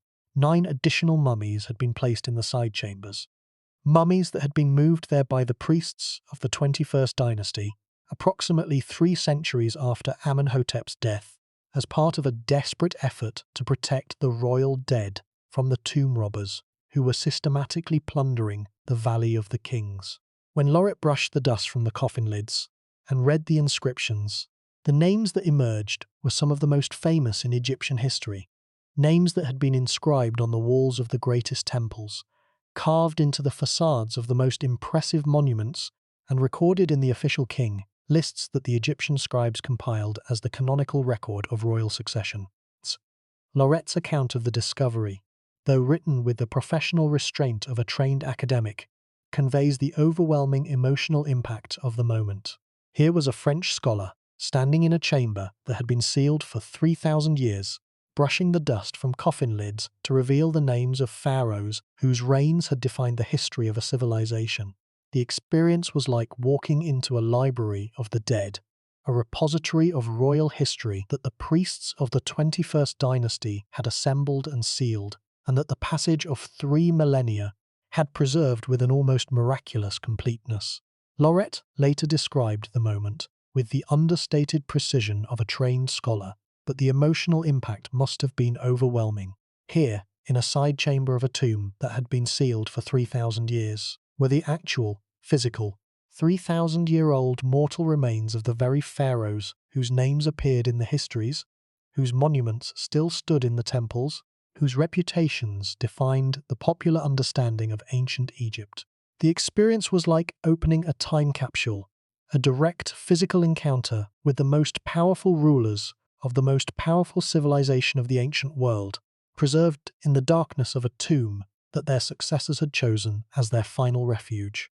Thutmose IV, Amenhotep III, Meremta, Seti II, Siptah, Rameses IV, Rameses V, Rameses VI, and an unidentified woman known to subsequent generations of scholars as the Elder Lady, who would eventually be identified through DNA testing conducted in 2010 as Queen Tiye, the wife of Amenhotep III and the grandmother of Tutankhamun. The significance of this discovery. The discovery that a single tomb contained the mummies of pharaohs spanning 5 centuries of Egyptian history cannot be overstated. The priests of the 21st dynasty, operating during a period of political fragmentation and economic decline that made the protection of the royal tombs increasingly difficult, had conducted a systematic rescue operation, opening the tombs of the New Kingdom pharaohs, removing the mummies and whatever salvageable burial equipment remained after centuries of tomb robbery, and relocating the royal dead to a small number of secure locations where they could be protected from further depredation. The tomb of Amenhotep II was one of these locations, chosen perhaps because of its relatively remote position in the valley, its deep and well-protected burial chamber, and the fact that its original occupant was still in place, suggesting that the tomb had not been completely stripped by robbers and that its structural integrity was sound. The collection of mummies found in KV35 represents one of the 2 great caches of royal mummies discovered in the 19th century, the other being the royal cache at Deir el-Bahari, discovered in 1881, which contained the mummies of Seqenenre Tao, Ahmose, Thutmose I, Thutmose III, Seti I, Ramesses II, and dozens of other royal dead. The identification of the individual mummies was itself a remarkable achievement of 19th century Egyptology, the product of painstaking analysis of the inscriptions on the coffin lids, the labels on the wrappings, and the physical characteristics of the bodies themselves. In some cases, the identifications were straightforward, the coffin clearly inscribed with the name and titles of the pharaoh it contained. In other cases, the identifications were more difficult. The coffins had been reused, the labels were damaged or missing, and the identifications had to be made on the basis of physical evidence, historical context, and educated guesswork. The famous elder lady, the unidentified female mummy found in one of the side chambers, remained unidentified for more than a century, until DNA testing conducted in 2010 confirmed that she was Queen Ti, the wife of Amenhotep III, and one of the most influential women in the history of the 18th dynasty. A queen whose correspondence with foreign kings survives in the Amarna archive, and whose role in the political and religious life of the New Kingdom was significant enough to earn her temples, statues, and prominent depictions alongside her husband on official monuments. The younger lady, another female mummy from the same chamber, was identified through the same DNA analysis as the mother of Tutankhamun and the daughter of Amenhotep III and Ti, making her both the full sister and the wife of the heretic pharaoh Akhenaten, a discovery that sent shockwaves through the field of Egyptology, and that demonstrated, with dramatic finality, the value of modern scientific techniques in resolving questions that traditional archaeological methods had been unable to answer. These identifications transformed the tomb of Amenhotep II from a single pharaoh's burial into a key node in the genealogical network of the most famous dynasty in Egyptian history. Together, the 2 caches account for virtually every identified royal mummy from the New Kingdom. The physical remains of the pharaohs who had built and sustained the greatest empire the ancient world had ever seen, preserved by the desperate efforts of the 21st dynasty priests and recovered 3,000 years later by the archaeologists who opened the tombs and read the names on the coffin lids. The tomb of Amenhotep II had become, in its afterlife, a gathering place for kings, a vault where the priests of a later dynasty had assembled the mortal remains of pharaohs spanning 5 centuries of Egyptian history, placing them alongside the original occupant in a final, desperate act of protection that saved them from the destruction that the tomb robbers would otherwise have inflicted. The pharaoh who had spent his life trying to prove that he was worthy of his father's legacy had become, in death, the guardian of his father's peers, the silent host of a gathering of kings, a guardian who had waited in his sarcophagus undisturbed, while the bodies of pharaohs far more famous than himself were carried through the corridors of his tomb and laid in the side chambers that had been intended for his own funerary equipment. The pharaoh who had spent his life competing with the ghosts of his predecessors was now, in death, surrounded by their physical remains, the mummified bodies of the very rulers against whom he had been measured and found wanting. Thutmose IV, his own son, lay in a side chamber. Amenhotep III, his grandson, lay nearby. The dynasty that he had served, the dynasty whose impossible standards he had struggled throughout his entire reign to meet, had literally come to him in death, brought to his tomb by priests who needed a safe place to store the royal dead, and who chose, perhaps without appreciating the symbolism, the tomb of the pharaoh who had spent his life trying to prove that he belonged in their company. The pharaoh who had spent his life trying to prove himself worthy of his father's legacy had become, in death, the guardian of his father's peers that included some of the most powerful, the most celebrated, and the most historically consequential rulers that the ancient world, or any world, had ever produced. And now we arrive at the question that lies beneath all the athletic propaganda, the military campaigns, and the diplomatic maneuvering, the question that the inscriptions raise but cannot answer, and that the mummy in the sarcophagus, lying in its original tomb after 3,500 years, silently poses to every visitor who descends the stone steps into the burial chamber of KV-35. What does it mean to be the son of a genius? This is not an abstract question. It is one of the most concrete and most consequential questions in the history of human governance. Because the problem of succession, the problem of following greatness, the problem of inheriting a legacy that one did not create, that one cannot replicate, and that one may not be temperamentally or intellectually equipped to sustain, and that one may not be capable of sustaining, has destroyed more dynasties and more empires than any external enemy. The sons of great rulers face a dilemma that has no satisfactory solution if they try to emulate their fathers, to match the military achievements, the building programs, the administrative innovations. They are inevitably compared to a standard they cannot meet, and their accomplishments, however genuine, are diminished by the comparison. If they try to do something different, to forge their own path, to establish their own identity, they risk being seen as weak, as inadequate, as unworthy of the legacy they have inherited. The son cannot win. The deck is stacked against him from birth. Every achievement is measured against the father's towering achievements and found smaller, less significant, less worthy of celebration. Every victory is compared to the father's victories and found less impressive. Every monument is evaluated in the shadow of the father's monuments and found less magnificent. The son is trapped in a game that he cannot win, a game whose rules were written by someone else, whose standards were set by someone else, and whose criteria of success are defined by the very achievements that the son is trying to match. The harder the son tries, the more visible the gap becomes.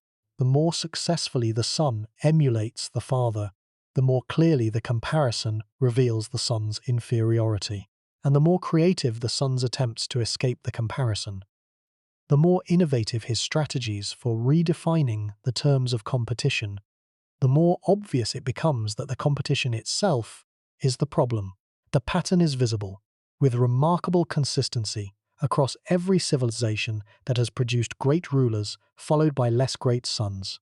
Alexander the Great's successors, the Diadochi, the generals who divided his empire among themselves after his death, spent decades fighting each other for the right to be considered his legitimate heir, and none of them ever matched his achievements. The sons and grandsons of Charlemagne divided and subdivided the Carolingian Empire until it bore no resemblance to the unified state that their ancestor had built. The later Mughal emperors, following the towering figures of Babur and Akbar, presided over a gradual decline that eventually reduced one of the greatest empires in Indian history to a vestigial rump state controlled by foreign powers. In every case, the pattern is the same. Greatness creates expectations. Expectations create pressure. Pressure creates either emulation or innovation. And both emulation and innovation ultimately fail to reproduce the original achievement. The son cannot win. The comparison is always unfavorable. The shadow is always there. Amenhotep II's response to this dilemma was the most creative, the most psychologically sophisticated, and the most revealing response in the history of the pharaonic system. He did not try to be another Thutmose III. He could not be. No one could be. Instead, he invented a new category of pharaonic excellence. a category that had no precedent in Egyptian history and that his father, for all his military genius, had never occupied. He became the athlete king, the pharaoh whose body was the monument, the ruler whose physical supremacy was the proof of divine favor. The innovation was both brilliant and risky. Brilliant, because it created a category of pharaonic excellence that had no previous occupant, a category in which Amenhotep could be first rather than second, the originator rather than the imitator. Risky, because it required Amenhotep to stake his entire public identity on a claim that could be tested, that could be verified or falsified by the men who watched the archery demonstrations, who witnessed the rowing contests, who saw the pharaoh on the training grounds and in the chariot and on the battlefield. A pharaoh who claims to be a great administrator cannot be easily tested. Administration is complex, its outcomes are diffuse, and its success is difficult to attribute to any single individual. But a pharaoh who claims to be a great athlete can be tested. His arrows either hit the target or they don't. His boat either outraces the competition or it doesn't. His arm either draws the bow or it fails. The athletic propaganda required Amenhotep to put his body on the line in a way that no previous pharaoh had done, to make a claim about his physical capabilities that the watching world could evaluate for itself. In a culture that understood the pharaoh's body as a sacred vessel, the earthly container of the divine Ka, the spiritual essence that connected the living king to the gods, Amenhotep's athletic propaganda carried genuine theological weight. A pharaoh whose body was stronger, faster, and more capable than any other body in the kingdom was, by the logic of the Egyptian theological system, a pharaoh whose connection to the divine was stronger, more immediate, and more powerful than that of any other man alive. Let that sink in. The archery demonstrations were not merely athletic events, they were theological performances, public rituals in which the pharaoh demonstrated, through the medium of his body, that the divine power flowing through him was greater than the divine power flowing through any of his subjects. The rowing contests were not merely sporting events, they were demonstrations of divine favor, proof that the gods had invested this particular body with a strength and an endurance that transcended ordinary human capacity. The physical dimension of the pharaoh's role is often overlooked by modern scholars who focus on the political, military, and administrative aspects of kingship. But for the Egyptians, the pharaoh's body was not merely the vessel of political authority. It was the instrument of cosmic order, the physical mechanism through which the divine power of the gods was transmitted to the human world. The pharaoh's health, his strength, his vigor, and his physical vitality were not merely personal matters. They were not private concerns to be managed behind the palace walls. They were matters of state, because the strength of the pharaoh's body was understood to be directly correlated with the strength of the cosmic order that the pharaoh was responsible for maintaining. A physically diminished pharaoh, a pharaoh whose body showed signs of weakness, illness, or declining vitality, was not merely a political problem. He was a cosmic crisis. A weak pharaoh, a pharaoh whose body was failing, whose strength was declining, whose physical vitality was diminishing, was a cosmic liability, a sign that the divine power flowing through the pharaonic office was weakening and that the forces of chaos might be gaining ground.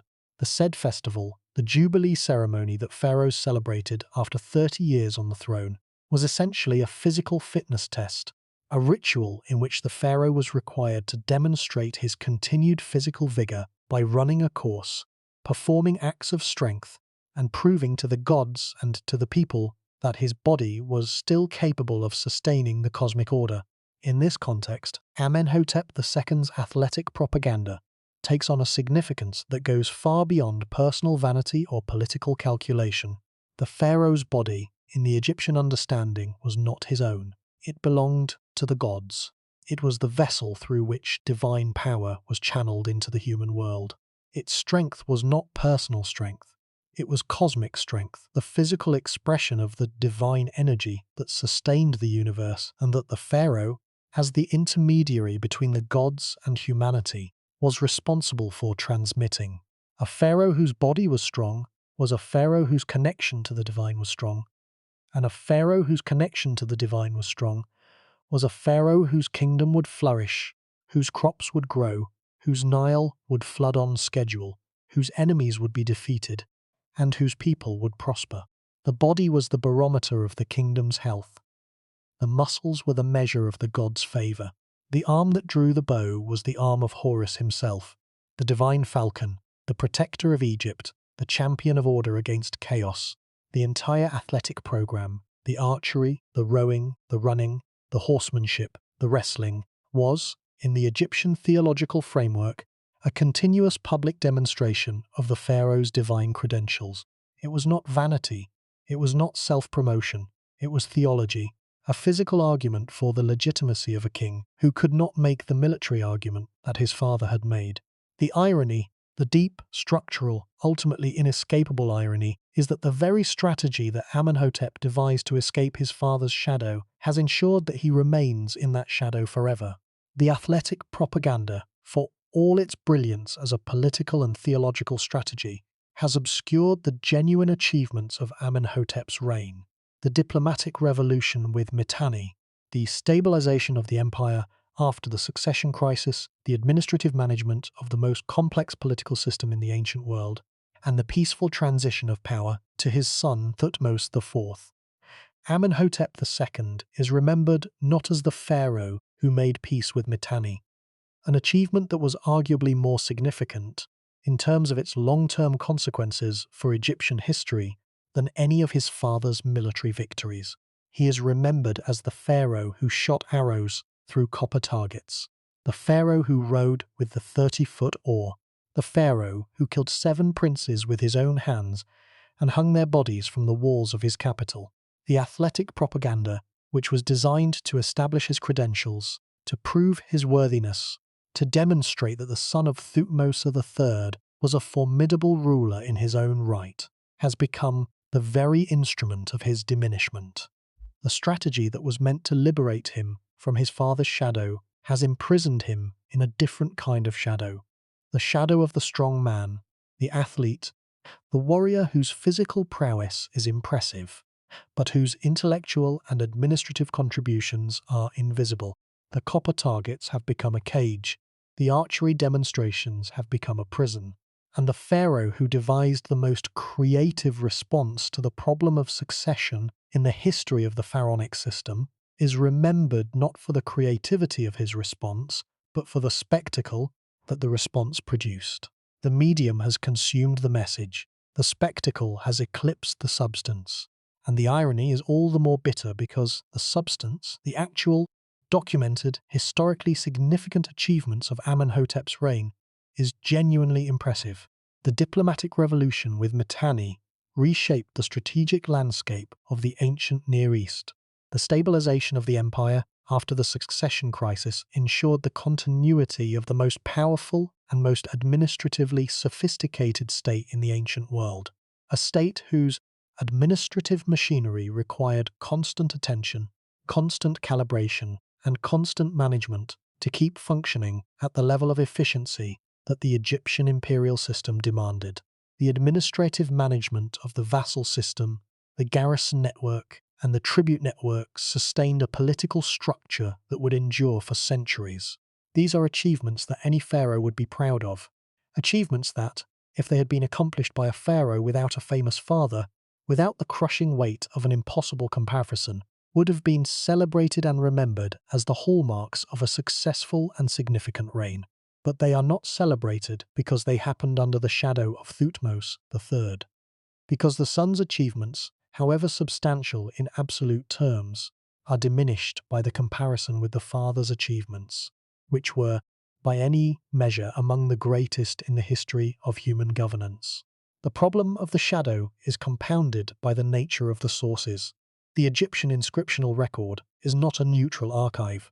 It is a curated collection of public statements, designed to serve the interests of the ruling pharaoh, to celebrate his achievements, and to present his reign in the most favorable possible light.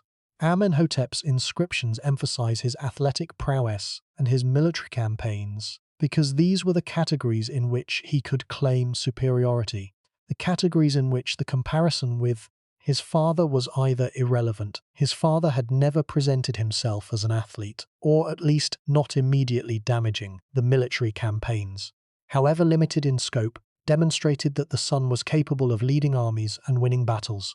The inscriptions do not emphasize the diplomatic revolution with Mitanni or the administrative management of the empire, because these were categories in which the comparison with the father was more complex and potentially less flattering. The father had created, designed, and personally implemented the vassal system that the son merely maintained and administered. The father had created the administrative machinery that the son merely operated. The selectivity of the inscriptions, the decision to highlight certain achievements and to downplay others, is itself a product of the shadow, a strategic choice made by a pharaoh who understood that the way a reign is remembered depends not on what the ruler actually accomplished, but on what the inscriptions choose to celebrate. But they are not the achievements that the inscriptions celebrate. The inscriptions celebrate the arrows through the copper. The inscriptions celebrate the 30-foot oar. The inscriptions celebrate the body, always the body, endlessly the body, of a pharaoh who could not escape his father's shadow, and who chose fatally to compete in a category that his father had never entered, rather than in the categories where his father's superiority was unchallengeable. The medium has consumed the message, the body has obscured the mind, and the son, who spent his entire reign trying to escape his father's shadow, remains 3,500 years later, exactly where he started, in the shadow of Thutmose III. Something is wrong with our assumptions about what makes a great pharaoh, and the career of Amenhotep II is the evidence. We measure pharaonic greatness by military conquest, by the number of campaigns conducted, the number of cities captured, the extent of territory added to the empire. By that measure, Amenhotep II is a minor figure, a pharaoh who conducted 3 campaigns in his first 9 years and then stopped, who never expanded the empire's frontiers, who never matched his father's record of 17 campaigns and 350 captured cities. But military conquest is not the only measure of greatness, and it may not even be the most important one. The empire that Thutmose III built needed to be maintained, and maintenance, as we have seen, is the hardest kind of achievement to see and the easiest kind to dismiss. Amenhotep II maintained the empire. He suppressed the rebellions. He reasserted Egyptian authority. He made peace with Mitanni. He managed the vassal system. He administered the vast and complex bureaucracy that managed the affairs of the empire. He kept the army trained and ready. He ensured that the transition of power from himself to his son was smooth and uncontested. These are not the achievements that inspire epic narratives or monumental inscriptions. They are not the achievements that make headlines in archaeological journals or that inspire documentaries about the wonders of the ancient world. They are not the achievements that the inscriptions on the walls of temples celebrate with the grandeur and the specificity that the Egyptians lavished on military victories and building programs. They are invisible achievements, achievements that are measured not by what happened but by what did not happen. The empire did not collapse, the borders did not contract, the vassal states did not rebel, at least not after the 9th year. The army did not lose its readiness, the bureaucracy did not fail, the transition of power was smooth, the civilization continued to function, and in the long arithmetic of civilizational survival, functioning is the most important metric. Civilizations do not fail because their rulers are insufficiently dramatic. They fail because the systems that sustain them break down, because the irrigation canals are not maintained, because the army is not trained, because the borders are not defended, because the diplomatic relationships that prevent wars are not cultivated, because the bureaucratic machinery that collects taxes and distributes resources ceases to operate. Amenhotep II prevented all of these failures. He kept the canals open. He kept the army ready. He kept the borders secure. He kept the diplomatic relationships functioning, and he improved them, transforming Egypt's most dangerous enemy into its most valuable ally. He kept the bureaucracy running. He kept the temples supplied. He kept the civilization alive. He kept the Nile flowing. Not literally, of course, but in the administrative sense, managing the irrigation systems, the canal networks, and the agricultural infrastructure that sustained the lives of millions of people along the riverbanks. He kept the trade routes open. The caravans that moved gold from Nubia, timber from Lebanon, copper from the Sinai, and luxury goods from across the known world into the Egyptian treasury. He kept the diplomatic channels functioning. The network of letters, gifts, and marriage alliances that connected the Egyptian court to the other great powers of the Bronze Age world. And for this service, this essential, invisible, absolutely indispensable service, he has been relegated to a footnote in the history of the 18th dynasty, remembered primarily for his muscles and his archery and his rowing and his treatment of rebel corpses, while the genuine achievements of his reign, the achievements that actually mattered, that actually sustained the empire, that actually preserved the civilization, remain as invisible today as they were on the day the scribes chose not to celebrate them. These negatives, these absences of failure, these preventions of disaster, are the truest measures of Amenhotep's competence as a ruler, and they are the measures that the historical record systematically ignores. But they are the achievements that sustain the civilization, the quiet, invisible, unglamorous, absolutely essential work of day-to-day governance that made everything else possible. We have followed Amenhotep II, from the training grounds of Memphis to the walls of Thebes, from the gleaming copper targets of the archery demonstration to the bloodied bodies of the 7 rebel princes hanging from the prow of the royal ship. We have seen the young prince who was shaped by the impossible pressure of his father's legacy into something new, a pharaoh whose body was his monument, whose physical prowess was his theological argument, and whose reign was defined not by what he conquered, but by what he preserved, not by the territory he added to the empire, but by the territory he kept, not by the battles he won, but by the wars he prevented, not by the monuments he built, but by the civilization he sustained. We have seen the campaigns, swift, brutal, deliberately spectacular, and the silence that followed them. We have seen the diplomatic revolution that transformed Egypt's most dangerous enemy into its most valuable ally. And we have seen the tomb, the burial chamber in the Valley of the Kings where the pharaoh lay, undisturbed for 3,500 years, until a French Egyptologist opened the sarcophagus and found, beside the original occupant, the mummies of 9 other kings who had been placed there by the priests of a later dynasty in a final act of protection and reverence. What does this story mean for us? It means that the pressure to live up to a predecessor's legacy is not a modern phenomenon. It is one of the oldest and most universal problems in the history of human governance. Every ruler who inherits a successful state faces the same dilemma that Amenhotep faced, the dilemma of following greatness, of stepping into shoes that were too large to fill, of being measured against a standard that was set by someone else, and that may be impossible to meet. The responses to this dilemma are remarkably consistent across civilizations and across centuries.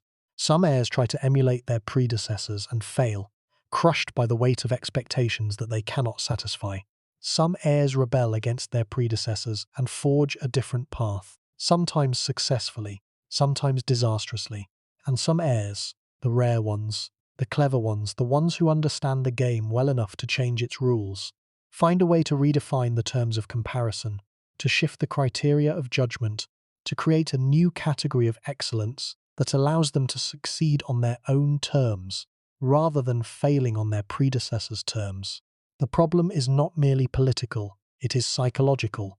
The heir who lives in the shadow of a great predecessor experiences a form of existential compression, a narrowing of possibility that affects not merely his public career, but his private sense of self.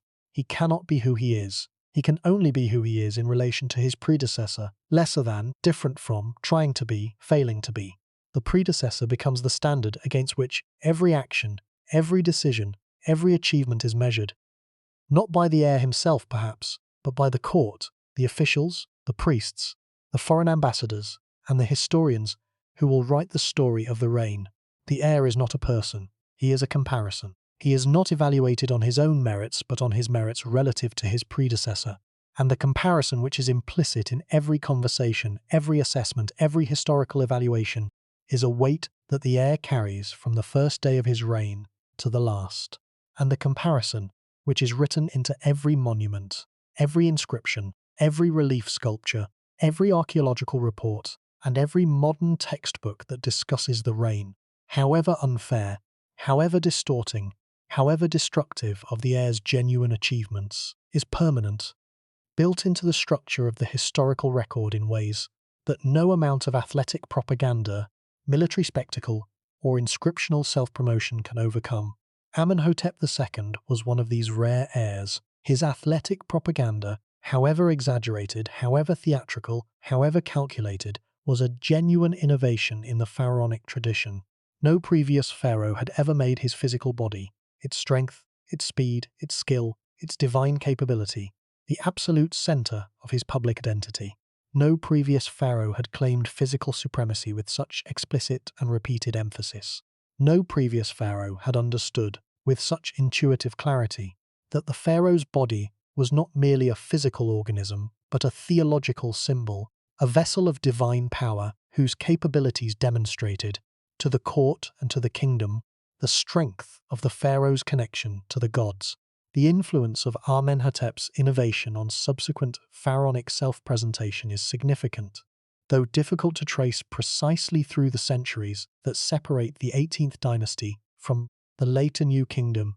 The emphasis on the pharaoh's physical body as a vehicle of divine power, which had always been present in Egyptian royal ideology, but which Amenhotep made the central theme of his public image, would become increasingly prominent in the inscriptions and the art of later pharaohs. Rameses II, the most prolific builder and the most energetic self-promoter in Egyptian history, combined the military emphasis of Thutmose III with the physical emphasis of Amenhotep II, presenting himself as both a great commander and a supremely powerful physical specimen, a pharaoh whose colossal statues expressed in stone the divine strength that Amenhotep had demonstrated through athletic performance. Amenhotep's innovation would influence subsequent pharaohs, including Ramesses II, whose colossal statues at Abu Simbel and Luxor present a pharaonic body of idealized physical perfection that owes something, however indirectly, to the athletic tradition that Amenhotep II inaugurated. It also means that brutality and sophistication can coexist in the same person, and that the coexistence is not a contradiction but a strategy. The pharaoh who hung 7 bodies from the walls of Thebes was the same pharaoh who made peace with Mitanni. The ruler who terrorized the Levantine vassal states with displays of extreme violence was the same ruler who managed the diplomatic transition from warfare to alliance with a subtlety that his father, for all his military genius, had never attempted. The combination of violence and diplomacy was not evidence of inconsistency or psychological instability. It was evidence of political intelligence, the understanding that different situations require different tools, and that the effective ruler is the one who can deploy the full range of statecraft, from the most brutal to the most refined, in the service of his strategic objectives. And it means, finally, that the measurement of greatness is a human construction, a set of criteria that we impose on the past and that the people of the past did not necessarily share. We measure Amenhotep II against his father and find him wanting, a lesser pharaoh, a lesser general, a lesser builder, a lesser everything. But the Egyptians of the 18th dynasty, the people who actually lived under his rule, who witnessed his performances, who experienced the peace and the stability that his governance provided, may not have measured him that way at all. They may have seen a pharaoh who was divinely strong, who was physically gifted, who demonstrated through his body the favor of the gods. A pharaoh whose athletic performances were not mere spectacle, but genuine expressions of sacred power. We look at the past through the lens of our own values, our own criteria for what constitutes greatness, our own assumptions about what matters and what does not. We value military conquest. We value building programs. We value innovation and expansion and the kind of dramatic, visible, narratively compelling achievement that makes for good stories and impressive monuments. We do not value maintenance. We do not value stability. We do not value the quiet, unglamorous, essential work of keeping a complex system running. the work that Amenhotep II did for 17 years after his campaigns ended, and that the historical record has rewarded with near total obscurity. But the Egyptians may have valued something different. They may have valued strength, not as an end in itself, but as a sign of divine favor, as evidence that the gods had chosen this particular man to be their representative on earth. The copper targets that Amenhotep's arrows pierced were not, in the Egyptian understanding, merely physical objects. They were symbols of the forces of chaos, the enemies of Ma'at, the sacred cosmic order that the pharaoh was responsible for maintaining. Every arrow that penetrated the copper was an act of cosmic maintenance, a physical demonstration that the pharaoh's strength was sufficient to repel the forces of darkness and to preserve the order of the universe. The athletic propaganda was not propaganda at all in the Egyptian view. It was theology, and the pharaoh who performed these feats was not, in the Egyptian understanding, a showman or an athlete or a strongman competing for personal glory. He was a sacred officiant, a priest-king whose extraordinary physical performances were as integral a part of his religious duties as the rituals he performed in the temples and the offerings he made to the gods. He was a priest, a custodian of the cosmic order, a defender of Ma'at against the forces of chaos, and the copper target, thick, resistant, seemingly impenetrable, was the material manifestation of the obstacles that chaos placed in the path of order. The arrow that pierced the target was not merely an arrow. It was the divine will of the pharaoh, the concentrated, physical expression of the sacred power that flowed through his body and that enabled him to overcome the resistance of chaos and to restore the order that the universe required. This reading of the athletic propaganda as theology rather than sport, as ritual rather than entertainment, changes everything about how we understand Amenhotep II's reign. If the archery demonstrations were religious rituals, then the pharaoh who performed them was not a show-off, but a devotee, a man who expressed his piety not through the conventional language of temple building and priestly offerings, but through the unconventional language of physical performance, using his body as the medium through which the gods communicated their approval to the Egyptian people. If the rowing contests were demonstrations of divine favor, then the pharaoh who participated in them was not engaging in narcissistic self-promotion, but in a form of public, physically embodied worship, a physical prayer offered in the sight of the people that affirmed the pharaoh's connection to the divine and that reassured the kingdom that the cosmic order was being maintained. The question of whether Amenhotep himself understood the athletic propaganda in these terms, whether he saw the archery demonstrations as religious rituals rather than as athletic competitions, whether he experienced the rowing contests as acts of worship rather than as displays of personal vanity, is a question that the sources cannot answer. The Egyptian inscriptions do not record the pharaoh's inner life. They record his public actions. They present a persona, carefully constructed, politically calculated, theologically informed, that may or may not reflect the private reality of the man behind the monuments. What we can say is that the persona was coherent, that the athletic propaganda, the military campaigns, the diplomatic revolution, and the building program all fit together into a single, consistent picture of a sophisticated and self-aware pharaoh who understood his multifaceted role as both a political leader and a religious figure, and who used the full range of available tools, military, diplomatic, administrative, and physical, to fulfill the obligations that the pharaonic system placed upon him. The story of Amenhotep II also raises questions about the nature of historical judgment, about the criteria we use to evaluate rulers and the biases that those criteria introduce into the historical record. Every culture, every civilization, every period of history, every system of government has its own criteria for what constitutes greatness. Criteria that reflect the values, the priorities, and the anxieties of the people who formulate them. Our criteria tend to favor the dramatic over the steady, the innovative over the preservative, the builder over the maintainer. We celebrate the pharaohs who expanded the empire and forget the pharaohs who kept it running. We remember the campaigns and forget the administration. We honor the conquerors and overlook the governors. These biases are not neutral. They shape the historical record in ways that systematically distort our understanding of the past, highlighting certain kinds of achievement while rendering others invisible. Amenhotep II is a case study in this distortion. By the criteria that we typically apply to the evaluation of pharaonic reigns, military conquest, territory expansion, monumental building, he is a minor figure, a pharaoh who conducted 3 campaigns and then stopped, who never expanded the empire's frontiers, who built no monument on the scale of Karnak or Deir el-Bahari or Abu Simbel, but by the criteria that the Egyptians themselves may have applied: divine strength, physical excellence, the maintenance of the cosmic order that sustained the universe, the stability and prosperity of the state, the smooth functioning of the administrative machinery.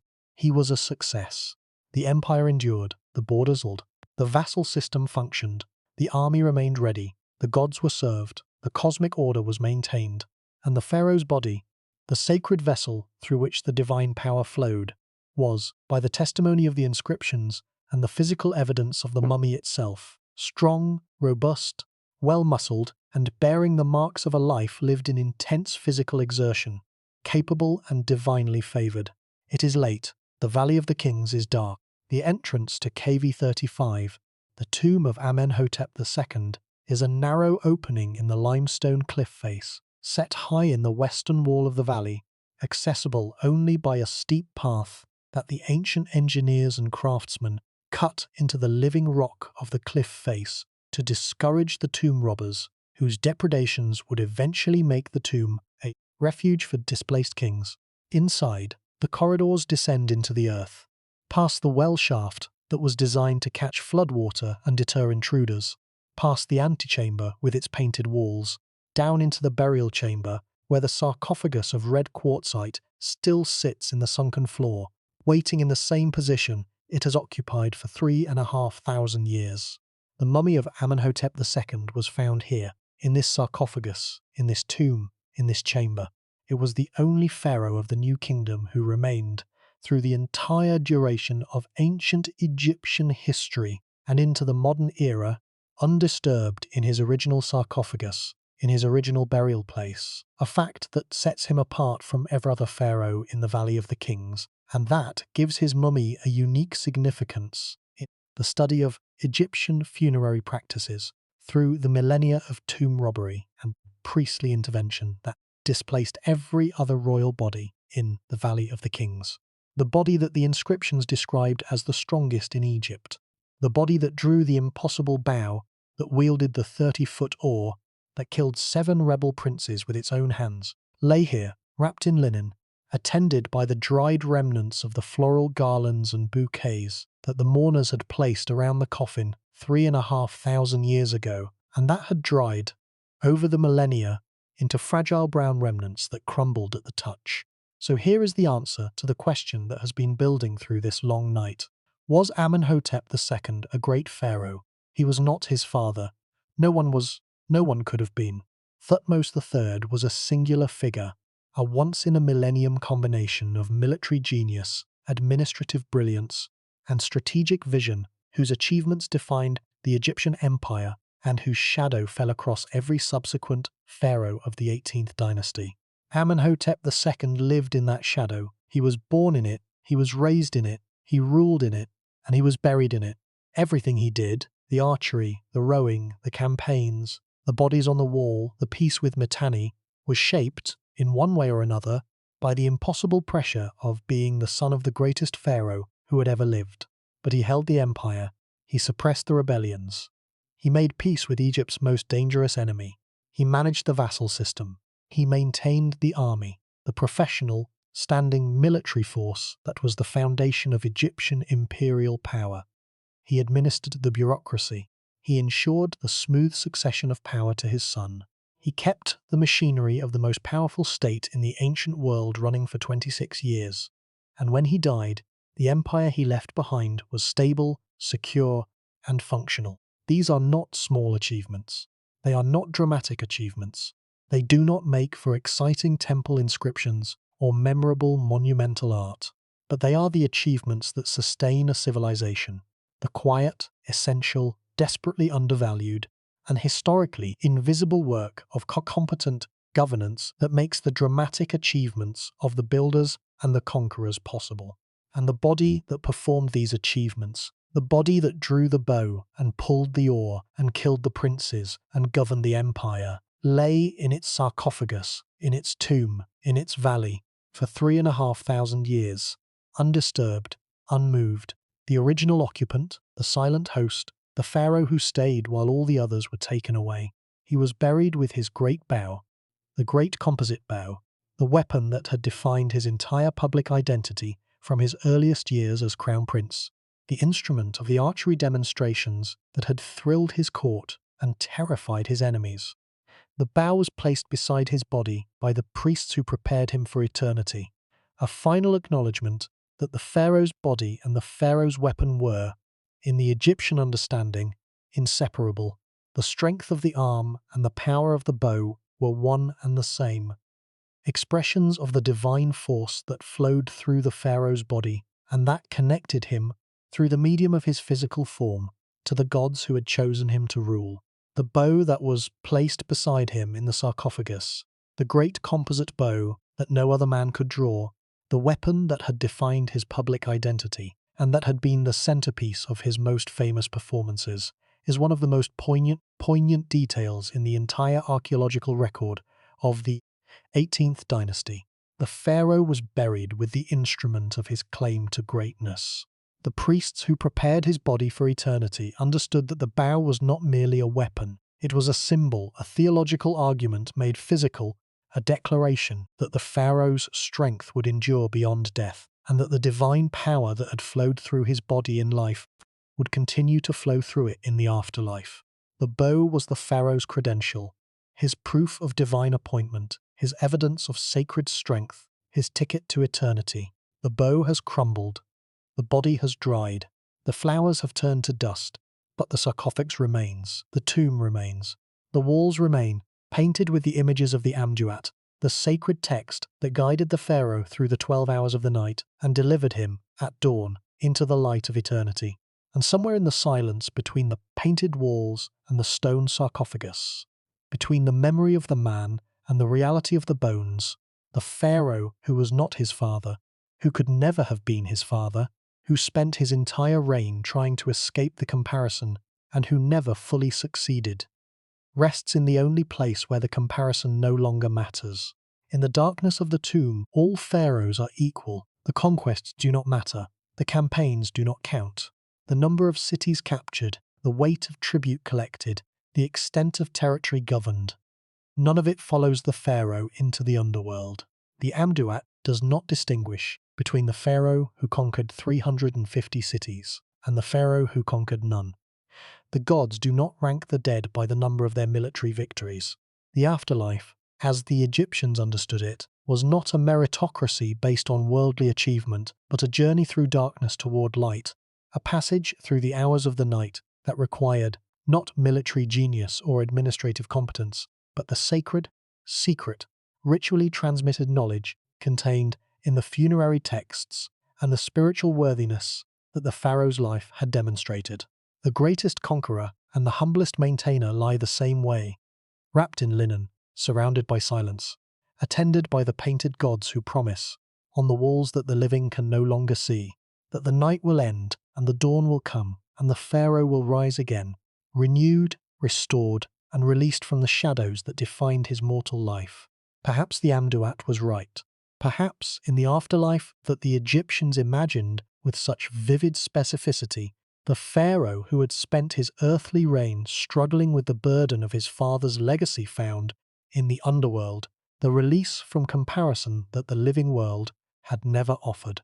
Perhaps, in the darkness of the 12 hours of the night, the son was finally free to be judged not by the standard of his father, but by the standard of his own heart, weighed on the scales of Mat against the feather of truth, evaluated not by the number of his campaigns or the extent of his conquests, but by the quality of his character and the sincerity of his devotion to the cosmic order that sustained the universe, and that every pharaoh, the warrior and the athlete, the builder and the maintainer, the father and the son, had been placed on the throne to defend. He was not his father, but he held what his father built, and in the long arithmetic of civilizations, in the calculation that weighs the builder against the preserver, the creator against the sustainer, the man who makes the empire against the man who keeps it running, that is enough. That has always been enough. It may not be glorious, it may not be dramatic, it may not inspire the epic inscriptions that line the walls of temples, but it is the foundation on which everything else is built. The quiet, steady, unglamorous work of keeping the machinery running, of maintaining the borders, of managing the bureaucracy, of ensuring that the civilization that the builders created continues to function smoothly, reliably, invisibly, long after the builders themselves are gone, and the monuments they built have begun to weather, and the inscriptions they carved have begun to fade. The tomb in the Valley of the Kings is dark now. The painted walls, the images of the Amduat, the sacred geography of the underworld through which the pharaoh must travel to reach the light, are fading, molecule by molecule, year by year. The sarcophagus of red quartzite that held the pharaoh's body for 3.5 millennia still sits in the sunken floor of the burial chamber, empty now, its occupant long since removed to the climate-controlled galleries of the National Museum of Egyptian Civilization in Cairo. The side chambers that once held the mummies of 9 other kings are empty too. The mummies carefully removed by modern conservators, the ancient coffins taken to museums, the silence of the tomb restored to its original intended state. But the tomb remembers, the walls remember, the stone remembers, and somewhere in the silence, in the darkness where the painted stars on the ceiling once guided the pharaoh's nocturnal journey through the underworld, the memory of a young man who shot arrows through copper targets and who hung the bodies of his enemies from the walls of his capital, and who made peace with the greatest rival his kingdom had ever known, and who kept the empire running for 26 years, and who was buried with his great bow beside him in the sarcophagus.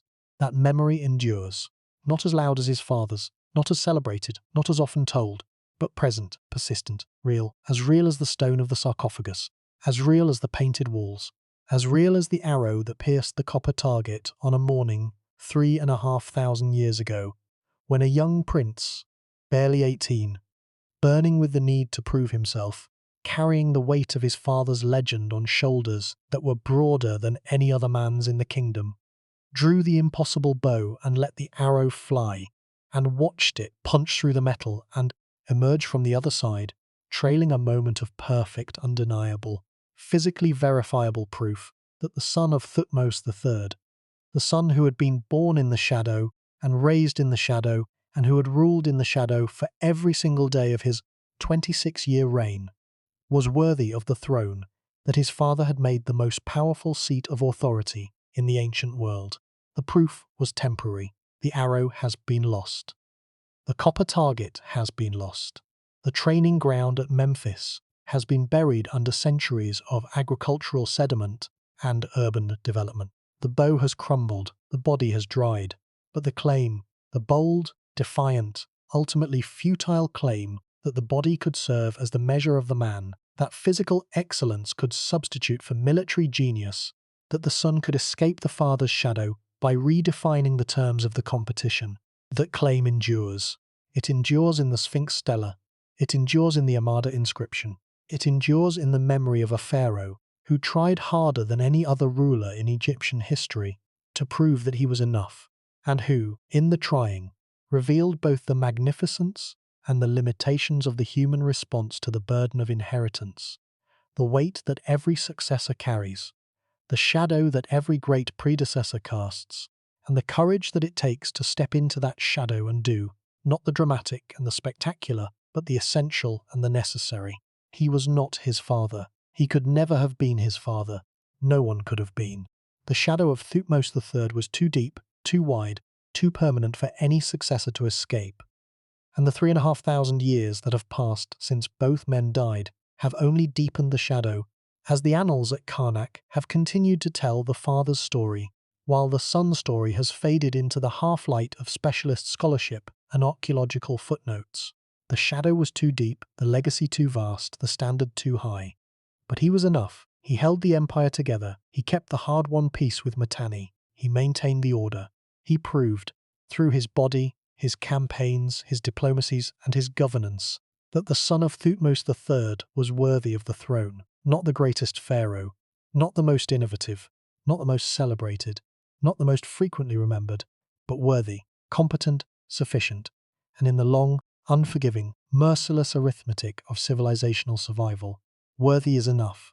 It has always been enough, and it will always be enough. The arrow has flown, the copper has been pierced, the empire has been held, and the pharaoh who shot arrows through copper and hung bodies on walls and made peace with empires and held the greatest civilization in the ancient world together for 26 years rests at last in the silence of the Valley of the Kings, where the shadow of his father can no longer reach him, and where the only light is the painted dawn on the ceiling of eternity.